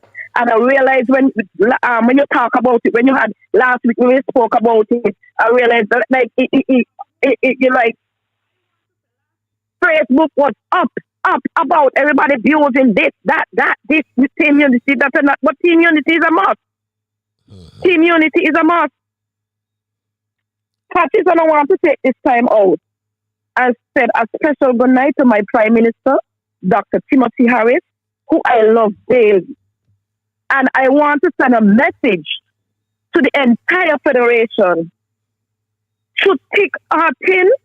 Me, Master Eureka Lewis, is sticking with him. I'm not moving. Okay. I will be forever. But go on. He loves people. I don't care what the odds said. I don't care what nobody said. He lead and he lead with distinction. He lead with distinction. The man is have a good heart and he loves poor people. He looks after poor people. And anytime I'm in town, Patches, people are stopping me and saying, Lord, we want Marsha, we want back Tim. Things not going well. We want back Tim because when Tim was in, money used to be in the people's pocket. That is the words on the street right now. When Timothy Harris was there as the Prime Minister, money used to be in the pocket. Right now we got a lot of hungry people around. People can't pay the rent, etc., can't pay the corrupt bill because things tight. Things tight. This is fact. This is fact. And I want to say good night to all the overseas callers. My straight talk friend. I heard the man said he sent his number, but he can hook me up on Facebook. He looked for me on Facebook and hook me up. A little later, I will get his number. But Patches, as I told you last week, you should go back in the bullring. You need to go back in the bullring because you're a man that serve with distinction. You have a lot of attributes. All road bay, the stoplights, and many more I could mention tonight, but I'm going to call back again. But I just want to picture you tonight and say that Patches is a man of the hour. You is a mighty man. I am humbled. And you come with your facts and not friction. And that is what I like about you. Because sometimes when you hear me calling, you just be right in my place, lying down, listen to you and smiling me up and say, wow, Patches have the facts, not fiction. I'm going to come off and call back in again. Have a pleasant good night at me and get in and get home safe. And focus, Patches, and be careful. Have a good night. Prime Minister Dr. Timothy Harris, love you. Good night. Thank you, Marsha. I'm humbled by your commendation, and I promised to I was asked Kalunji to provide the facts. This is what the judge said. I forgot to play it earlier. Caller, I'm come to you in just a few seconds. After careful analysis, in obedience to governing mandates, and pursuant to the rule of law, this court has determined that the only lawful sentence that permits entry of a judgment of conviction without encroaching upon the highest office in the land is an unconditional discharge, which the New York State Legislature has determined is a lawful and permissible sentence for the crime of falsifying business records in the first degree. Therefore, at this time, I impose that sentence to cover all 34 counts. Sir, I wish you Godspeed as you assume your second term in office. Yes, I couldn't remember. It was unconditional discharge. That's what I was trying to get. Caller, I want to thank you for holding. You are live. Again, thank you for holding. Are you there? Yes, Patrice. How are you tonight? I am peaceful, my brother. Yourself? Oh, man. You have some good sentiments tonight, you know. And I sit back and I listen to you, you know, and you could be a little technical and logical, but hey, what to say, you know?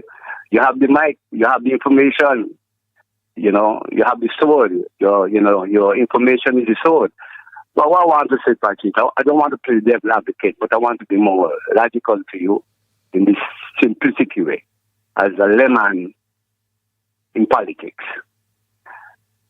You are looking at the Attorney General should be prosecuted for his shortcoming. You are looking at it that the government being very partial with him.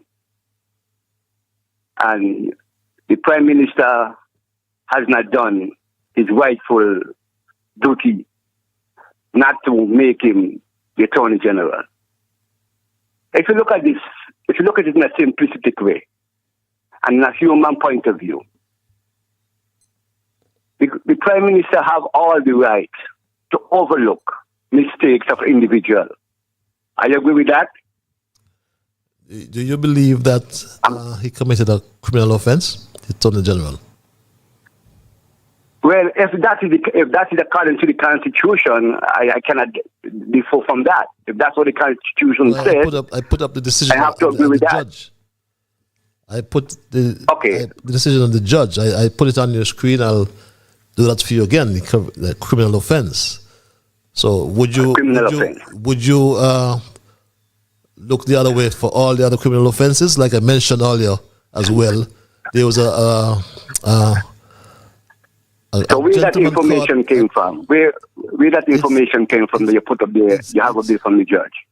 It's in the it's universal. Yes, you can go onto the Eastern Caribbean Supreme Court's website and just look for judgments. Look for judgments, and you put in. You'll find Garth Lucifer Wilkin. He's on the site, and you can read it. You can read the entire document. It's public business. So don't you? I would do that. Don't you think you have the right as the Prime Minister to pardon him? He has the right to ensure that we have ethical standards. He must set the standards. What are not the ethical standards? What are not the ethical standards by him breaking the law? Of course, right? He can't be making the law and breaking the law. He makes the law. Okay, so he's the chief legal advisor. Yeah. I told you as well, right, being a devil's advocate, we can talk in fact here.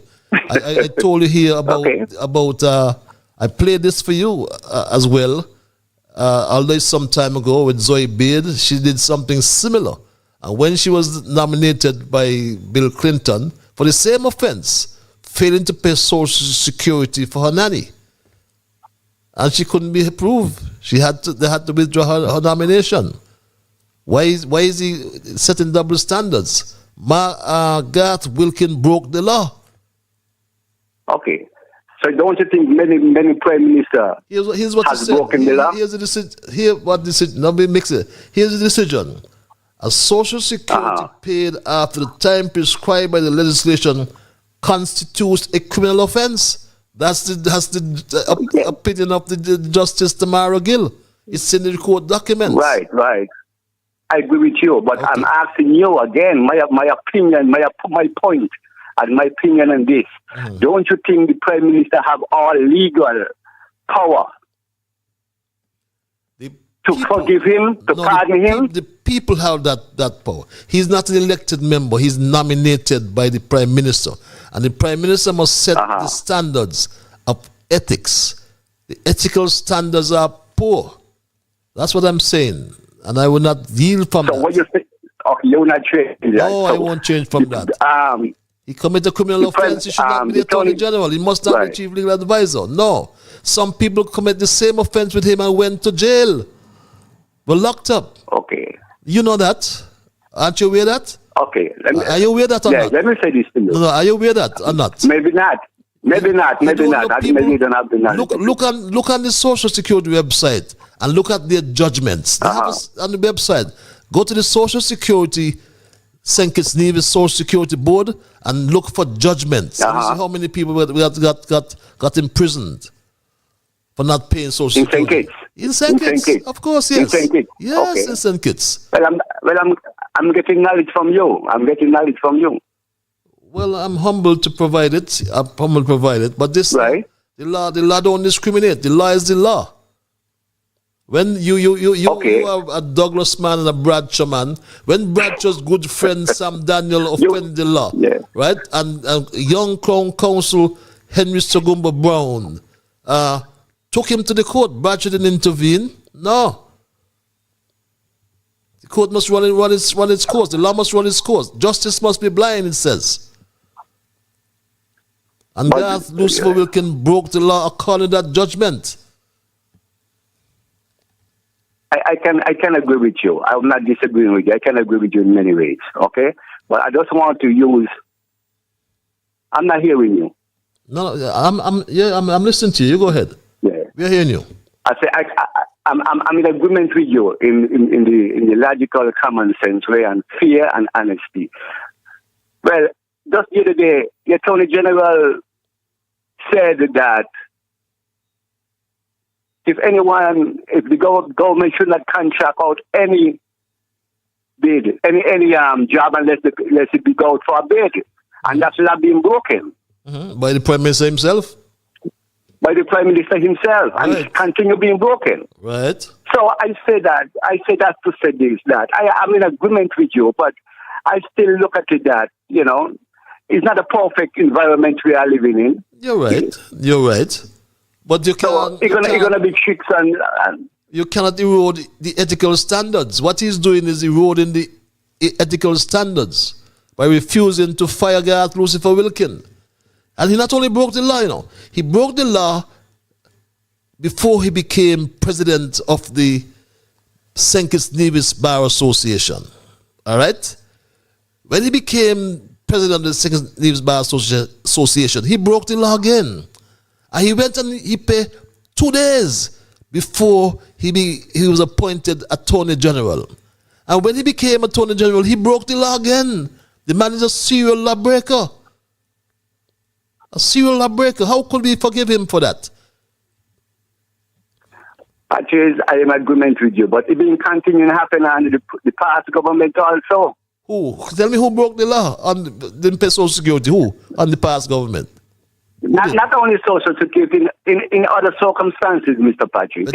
You have the point, Your point is tell me one. Tell me one. Don't come in a speculation here. Just tell them. Tell me one. No, there's not a... maybe I'm speculating in one point, and maybe I don't want to speculate too much. I like to have facts, and that's and not what a fiction. is all about. Bring the facts, right? But there was a conversation. There was a conversation in the past about your former leader. He broke the law. That he has broke the law by not collecting the taxes from rams. There was a conversation like that. Are you aware of that? I'm not aware of that. Not connecting, but he was. Okay. Well, maybe you need to do your research on that. There was a serious conversation. So all of these. I am not judging him, but there was a conversation about that. There was but was it fact? Allegation on that. Allegation, but was it fact? I provide maybe the facts. Maybe it could have been a fiction. I provide the facts with the Attorney General. I provide the facts. Okay, you made mention about. I will get the facts. I will try to research the facts, Mr. Patrick. I'm not trying to oppose what you're saying. I am not trying to oppose what you're saying. I'm just having a legal conversation with you. I'm just challenging your conversation, your opinion. You could challenge me. Yeah, but my opinion, again, quite clearly, right? And I respect that. And I admire that. I admire that. Broke the law, right? And Terence Michael Joe, the Prime Minister, who turned his head the other way. He undermined the ethical standards of those in the cabinet, all of them. Because the Attorney General not only did it once, not only twice, he did it 3 times. 3 times. But is it a crime? As I said, there was a time in St. Kitts Nevis when you were white, you had automatic automatic privileges. I agree with you. All right, right. So he as well. The difference with the guard Christopher Wilkin, he doesn't need to ask anyone for help, as he gets it automatically because of his percentage of whiteness. Is that what's happening? That's why Jew is afraid of him. I don't know what it is. I don't know. I don't know. Yeah, sorry. Go ahead. I'm sorry to interrupt you, but I had to make the point. No problem. No problem. Yes, Yeah, I like your opinion. I love your conversation. I'll give you 10 seconds. It's good to dialogue, for you to understand me and for I to understand. That's fine. Nothing wrong in that. That's what Street Dog is all Let us don't be. We're not going to be disagreeable. We're just going to be logical and positive. Yes. But Patrick, what I want to say, you spoke about the beach last week, right? Mm-hmm. Where the government, the past government and the Labour government, they allow certain people to put the house on the beach. Take use of the beach. Take it from the people. Are you aware that there was a situation where some people was blocking out the beach over some place over that side there, and I think Timothy was responsible for land, and he let it go through. Over where? There was not. He was asking the people. They was asking the people to move over for the side, some them side over there, and they was asking the people to move off the beach because they're saying that they bought the beach. And your former prime minister was responsible for land at that moment. That was many years. And what came out of that? But land, the beaches don't fall under the Ministry of Land. It falls under, I think, the Development Control and Planning Act. I think it's. But your former prime minister, when he was a minister, he the one went and had a conversation with them. I stand to be corrected, right? I mean, you're very informational, so maybe you can find it in your, your archive. Minister of Land, you say when he was Minister of Land, that's almost 20 years ago. Yeah, that's what I'm telling them. It happened for a while back. So a while back, I remember that. Okay. There was a conclusion. There was a problem, with the people, and they couldn't come to account until the minister stepped in, and there was no proper result on behalf of the people for that land, for the beach land. So, there's partiality all over Mr. Patrick. And we're going to ever live with it because there's no one is going to perfect those mistakes. They're going to continue happening under each government because it's not a perfect system we are living in. Politics is not perfect. It's not don't have to be right. What they are doing, it is wrong, but we're going to ever suffer that consequences by politicians. Are you aware of that? Well, I'm listening. I don't know about this beach thing. The only beach I know about, I put it up last week. I can put it on the screen again if you. That's on the beach on Frigate Bay. That was under the last administration, not the administration, Douglas's administration. His house is still on the beach. Right. It's on your screen, Right. That's the only house I know on the beach. Yeah. Right. I know in over on the Southeast Peninsula, we tried to get Buddy Darby to move that access there. He agreed and he put it back up, And this is what happens, But it was Douglas who gave them all his land. Yeah, but I'm gonna give you 5 seconds. I understand. I understand you. You're saying Douglas should have been arrested by the Commissioner of Police for having a diplomatic passport and being a minister, appointed minister. No, I said he was dismissed from the Parliament. That was a judge's ruling. Yeah. I didn't say he was arrested. He could have been taken. No, I didn't say. Oh. I didn't say you said he could have been arrested because he was, he could have been prosecuted. Being contrary to the law. Being contrary to the law. He could have been prosecuted by DPP. Right. But I understand what you're saying because I just don't speak politics. I do my research on. And that same case with the former Prime Minister. Mark told me at a personal conversation, I met him someplace, Thomas, I mean, I was not in St. Kitts and Nevis. I met him someplace. That. I mean, he's not going to win. He's not going to win in court. I told him that. Who's not going to win? And that's why I give Mark the respect that Douglas was not going to win in court. Okay. He asked me to tell Douglas. He told me to tell Douglas to resign and he can win again. So when I look at the strength of Mark, he has some good political knowledge and legal knowledge that I love about him. You know? Wow. He's a good man. He's a good man. Just like Douglas, he's a good man. And Douglas has done a lot for St. Kitts and Nevis. He has developed the country, he has pushed it forward, he helped the poor people who was beneath, he bring them on top, he strengthened the life of the people physically, I'm not saying spiritually, but physically, he strengthened the life of the people. He gave them a good start in life to be a people. True. And he built the country. He put the country in debt, and I love that about him. You have to be in debt to succeed. You love he took us to the IMF? That's what you say? Nothing wrong in that. Okay. Nothing wrong in that, Mr. Patrick. Because we're going back there soon. We're going back there soon, Patrick. On the July? We're going back there soon. On the Dr. Yes, we're going back there. Okay, wow. Yes, we're going back there soon. I'm going to hold to that. I'll make sure I can say, well, my friend from St. Thomas predicted that. Okay? Because the country have to grow. Okay. The country have to grow. Okay. Okay, Mr. Patrick.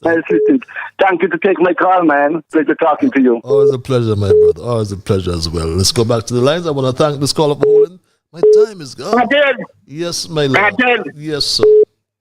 Patrick. Yes, that sounds like the Bible man. Yes. You got me on the line for nearly 15 minutes. I am sorry. What's the passage of scripture? Come, I'm running out of time. No, but you know, you have to go on because you're not there. Okay. Watch it. Read the passage of scripture. Psalm 90. Psalm 90? Psalm 90. Yeah, on verse 10. Verse 10. Don't want you have to go on passage. Go ahead, now. Go ahead. I'm running out of time. Go ahead. Verse 10. Hear the word of God says, Patrick. I'm listening. The days of our years are 3 years. 10. Yes. And by reason of strength, they shall be 40. Yes. Yet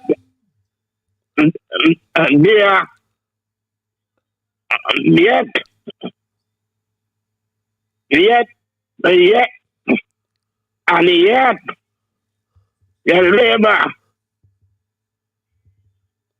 strength of labor, and the sorrow is soon cut off. Fly away. And fly away. Yes. Now, Patrick, I am going to tell you something that I'm going to finish right now. Last week, I heard something. But do you know, Patrick, that man live up to 120 and more than that? But because of sin, God bring it down. And so, Mr. Patrick, God only whole universe here. And so, when I hear people start to say things that contrary to the word of God, it hit me sometimes. And I am saying to you, and the last thing I'm going to say to you, maybe sometime you ain't going to hear me. Because I noticed, Mr. Patrick, I noticed when I try to come in, I want to be in first line because it helped the program. be strengthened because the word of God coming for to strengthen the program. But I notice when I really trying to come in, I get cut off. But anyhow, I am not going to fight. Anytime I come in your show and I get cut off, I ain't gonna call in that show. And maybe I give you about 2 to 3. You speak about from the Bible and you're thinking that way. Come on, man, be positive. If you're a believer, don't think that way. Okay. Anyway, I'll give you 5 more seconds, Bible man. Go ahead, 5 more seconds. I have people holding on the line. But the situation is that so what? I am not really. So if you don't come in first, you come in second or third or fifth. What matters? What does it matter? You have to come in first each time. The situation is that me know where we worried about that. I only telling you now. Yes, well, why are you saying it then? If you're not I worried only about telling you what's going on. Anyway. But you see, I call in there. Because a lot of people. Give us a verse from the Bible and stop the negative. You give me a Bible verse before you go. That's all we want for you. Go ahead. And I train a lot of people. But it seems like that when you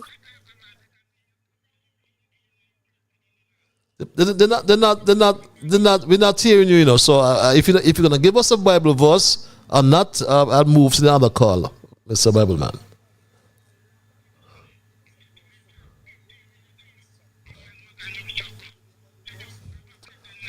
Have a pleasant night as well. That's the Bible man. Patches, I took my Chihuahua dog for a walk off the beaten track when I saw a large herd of pigs a few hundred feet away. Before I could restrain the dog, it set off running towards the pigs and barking furiously. In no time, Patches, the pigs, which consisted of large sows and boars, started to chase the dog. The dog ran straight between my legs with the pigs following close behind. Patches, my life was in danger, so I had to climb a nearby tree to escape the wrath of the pigs.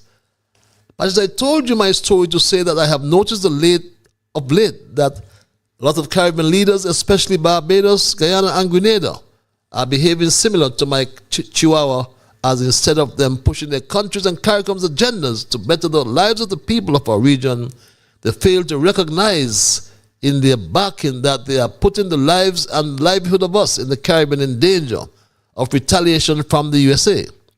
They know that our economies are very fragile and vulnerable to exogenous shocks. So instead of taking a pattern from Sir Ralph Gonzalez, they are cursing a giant. Patches, in my view, the best speech given at the 2024 UN General Assembly was given by Ralph Gonzalez, Prime Minister of St. Vincent and the Grenadines. He focused on issues that affects the Caribbean community, yet at the same time, at the same General Assembly, Guyana and Barbados went on a cursing spree of the USA. Yet in the same breath, Guyana is begging the same USA to protect it from Venezuela.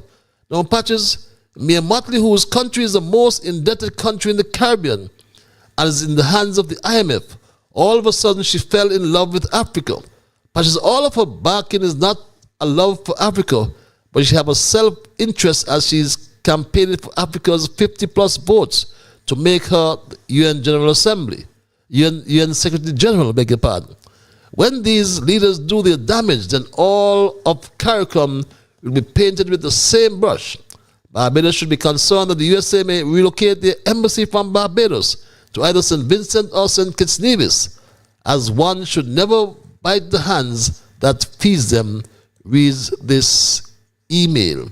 This other email reads, Mr. Liburd, don't have a whole animosity against Antiguans and Barbudans, but I have an observation where some people emanating from Antigua to St. Kitts and talking down to us as if we are dogs, especially DPP Adlai Smith and Dr. Joe Presswoman Ebony, reads this email. Good evening, Patches. The DPP apparently used a recent ruling of the Privy Council in the case of the Attorney General and another appellants, the Jamaica versus of Jamaica Bar Association. Respondent dated February 7, 2025, and listed 2023 UKP C6, where the Attorney General of Jamaica won a landmark case in which the anti-money laundering and countering the financing of terrorism act of Jamaica. It is required that lawyers are to conduct due diligence of their clients and report any transaction with regards to such acts.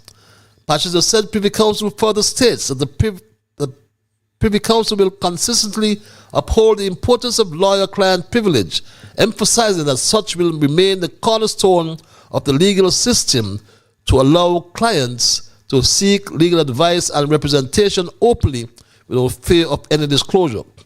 This protection ends to any information exchange during their privileged communication, encompassing not only verbal discussions but also written correspondence, email, text message, and any form of communication. Patches whispers coming out of the secret chambers of the Labour Party is that the charges of money laundering brought against Henderson is just a vehicle used to humiliate Henderson for his refusal to adhere to certain dictates of July, as Henderson refused to allow himself to be used as a rubber stamp by July for the realignment of the constituency boundaries in Labour's favour, which Henderson strongly objected to, as July accused him of taking advice from Douglas instead of him, July. The arrest of Henderson is to enable July to now recommend to the GG, his yes member of the Electoral Boundary Commission, to replace Henderson so July can have the boundary changes he envisaged. Patches, you see what a tangled web July weaved because he first learned to practice to deceive. Reads this email.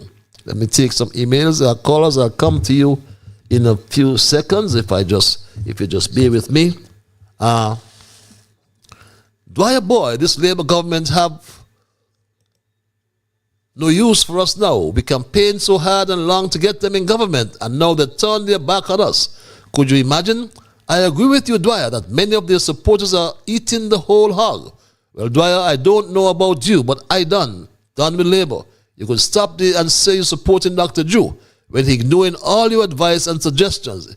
Imagine Edinburgh is special advisor to the Prime Minister, and Dwyer is nothing. Reads this other email. Dear Patches, the current Attorney General of St. Kitts and Nevis is nothing short of a disgrace. His hypocrisy and deceit know no bounds. Let's not forget that in 2015, the same individual appeared on Win FM's Inside the News alongside Douglas and John L. Powell, vocally denouncing corruption with the Electoral Office and demanding a free and fair election. His outrage was palpable as he condemned the overseas voting system, calling for a separate constituency for those citizens abroad without depriving them of their right to vote. Of course, he claimed that this was necessary to preserve the integrity of the election. Fast forward to today, and it seems that the Attorney General's integrity has been auctioned off for a monthly salary of $20,000. The man who once rallied against corruption has now become a key player in the very system he once condemned. He has sold out the values he claimed to hold dear for the luxury of a cushy government position. His double standards are glaring, and his action speaks volumes about his true character, one that is far more interested in power, money, and political convenience than in standing by his word. What happened to the man who once claimed to care about people and their rights? It appears his principles were left behind the moment that $20,000 monthly paycheck came into play. The truth is, Mr. Attorney General, you're just a hypocrite in the sea of political opportunists. The people of St. Kitts and Nevis deserve better than the leader who serves himself at the expense of the nation's integrity, reads that other email.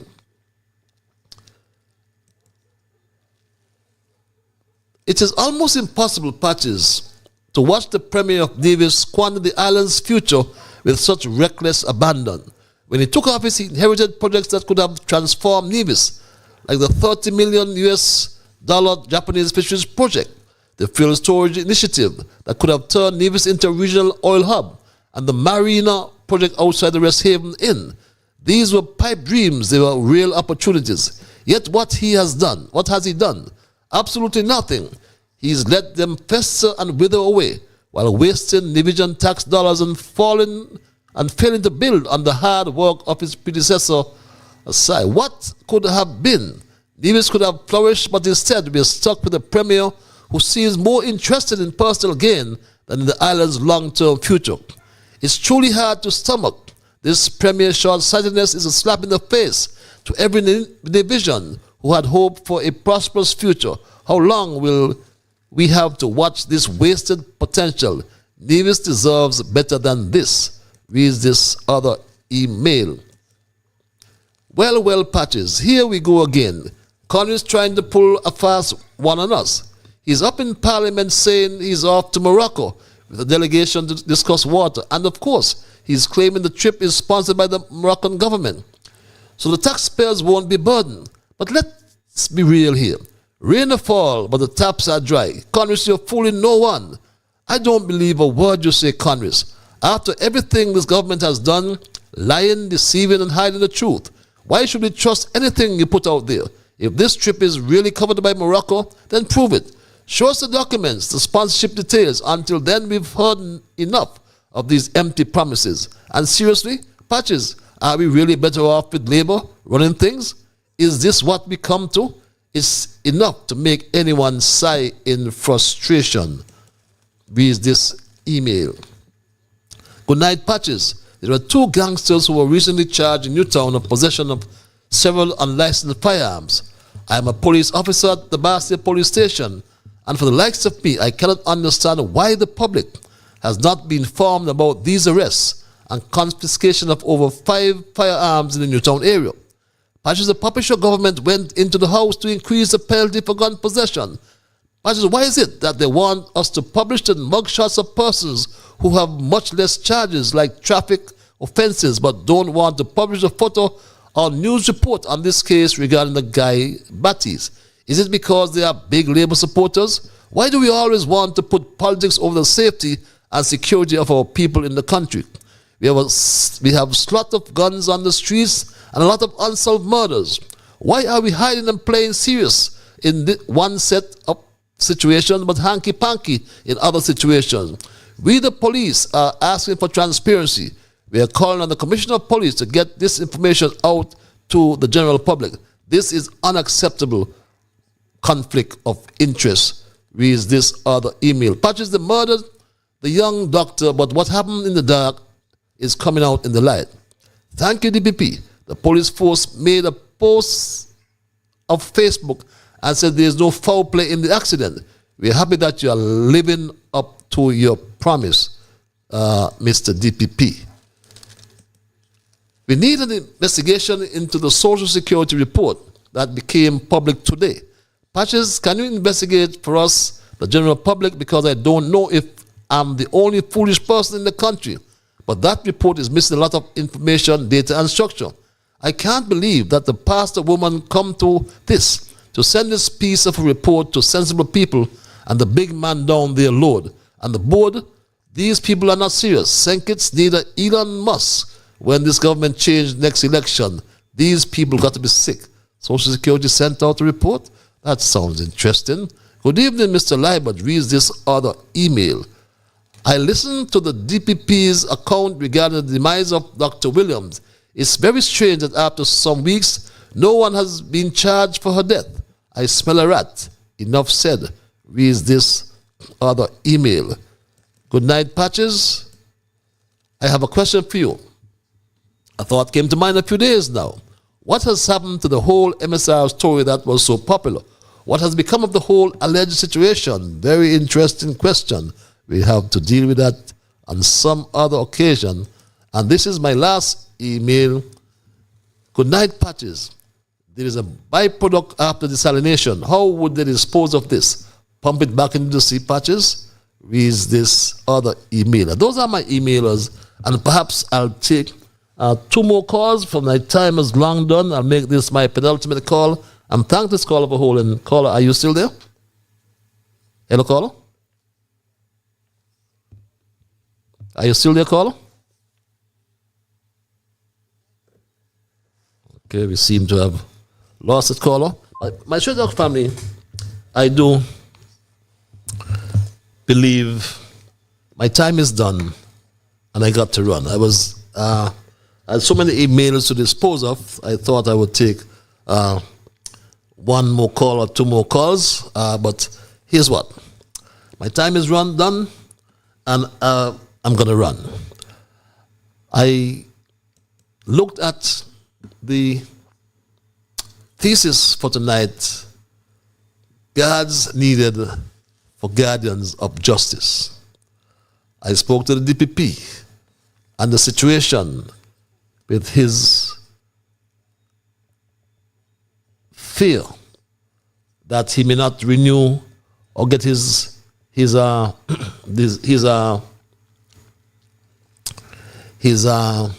contract renewed, which is coming up in a few months, simply because the Attorney General picked him.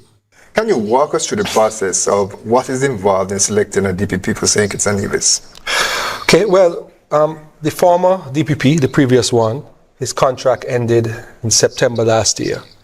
So when we appointed an acting DPP in the interim, and we proceeded to develop the terms of reference that we wanted to put out for the advertisements. So the team within the ministry met, and we said, these are the education requirements, these are the experience requirements, these are the personal requirements that we want to see.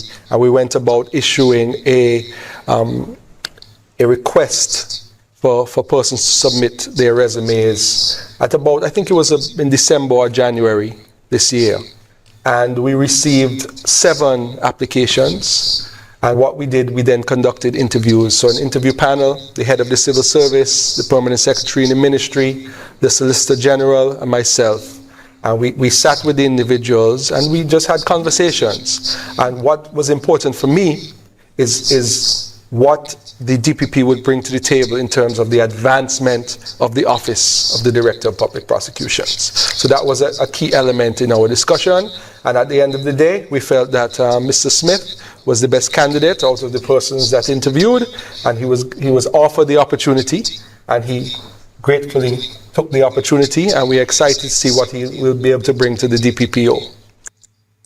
So the DPP is not independent, he's dependent upon A.G. Wilkin. Caller, can you use 10 seconds? I promise I'll have one more call, but I can only give you 10 seconds. 10 seconds, Patches. Let me end it off by saying, as you said, the DPP's contract is coming up to an end, and now that it seems like the DPP is doing some work, let's see if the AG is going to renew his contract or not, and that would be an interesting thing to see. Thanks a lot, man. You have a good night, man. Have a good night as well. And yes, he released some very interesting information today, like this. I wish also to provide an update on the investigation into the tragic death of Dr. Simoneth Williams, which occurred as a result of a traffic accident in December of 2024. The case remains under active investigation, and I have received the official autopsy report, which is now under careful review by myself and the non-resident accident reconstruction expert. Yes, he's a reconstruction expert. But my Straight Talk family, the concept of justice, as I conclude, has long been a cornerstone of societal governance, moral philosophy, and legal systems. The need for guards of the guardian of justice is not only a question of who enforces accountability, but also one of ensuring that the pillars of justice remain unbiased, transparent, and true to their foundation principles. In a deeper, more philosophical sense, the guardian of justice refer as well to the collective will of a society to pursue fairness, equity, and moral responsibility, assuring that the rules of fairness are followed no matter who is in power. My Straight Talk family, it's about the will of the people The problem is, Terence Michael July is acting like the slave on the plantation. As I said earlier, he is the enemy, having attained the highest office in the land, and was afraid to fire Garth Lucifer Wilkin, who broke the law several times, even while he was in the cabinet. And he's afraid to set the tones and the limits. Terence Michael July set the standards. If he cannot fire Garth Lucifer Wilkin, Jew has set the standards that should be accepted, that should not be accepted rather, in St. Kitts and Nevis. Garth Lucifer Wilkin committed a criminal offense, and Jew should have asked him to resign, my straight dog family. But when we look at the DPP office and the job he's doing, we can only conclude that justice is not blind in St. Kitts and Nevis. And about the Bar Association, sometimes I ask myself if this national voice of the legal profession in St. Kitts is drowsy or drunk. Whatever though, or whether through independent review, transparency, or systems of checks and balances, we need mechanisms to ensure that the guardians of justice remain true to their responsibility. Without such guards, the very essence of justice, fairness, and equity and the rule of law will always be compromised. By doing so, we preserve the integrity of the justice system, or rather, ultimately, before we do so, society must remain vigilant in protecting justice by guarding those who are charged with its preservation. By so doing, we preserve the integrity of the justice system, uphold public trust, and safeguard the rights of all individuals. Until then, I submit, guards are needed for the guardians of justice. That's my story tonight, and I am not going to change it. I will thank Almighty God, my straight dog family, for guiding our conversation tonight as always. I must thank you, the many listeners, those of you who called, those who sent emails. Remember, you are the ones who make Straight Talk, and for that reason, I say a big, big thank you. I'm Ian Patches Liburd, and God's Spear. We will connect on Thursday for another edition of Straight Talk. Until that time, be good to yourselves and to all whom you meet. And remember, whatever your mind conceive, that you will achieve. But first of all, you got to believe. So when you wake in the morning, thank God for the morning light, and thank Him for taking you through the night. My Straight Talk family, keep moving on. Bye-bye. Until we connect on Thursday.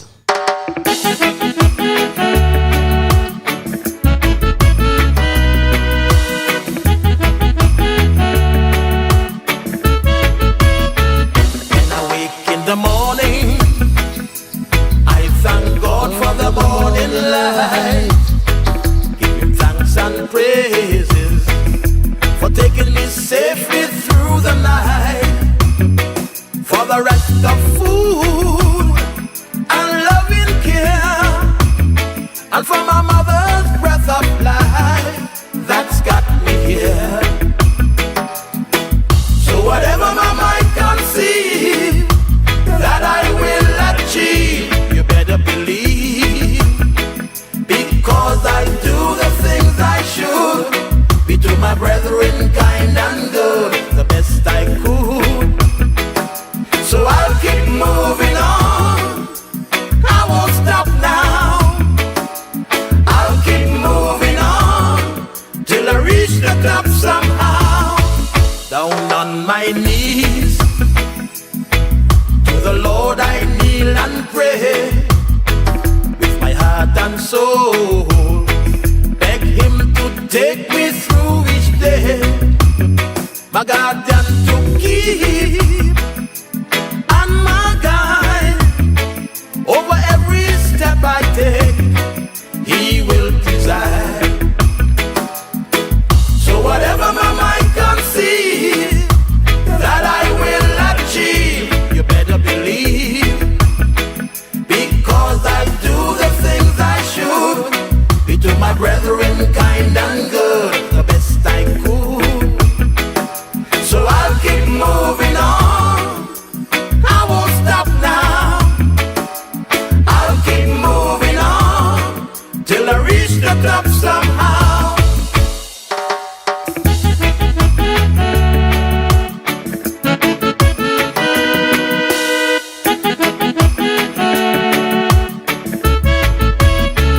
Now I'm on my way with strength and courage from above. No man I'll fear, since God protects me with his love. Strong, pure and true, and so sincere, 'cause my knees I'll always stay to the Lord in prayer. So whatever my mind conceive, that I will achieve, you better believe, because I do the things I should, be to my brethren kind and good, the best I could. So I'll keep moving on. I won't stop now. I'll keep moving on. I gotta reach the top somehow. I'll keep moving on. I won't stop now. I'll keep moving on till I reach the top somehow.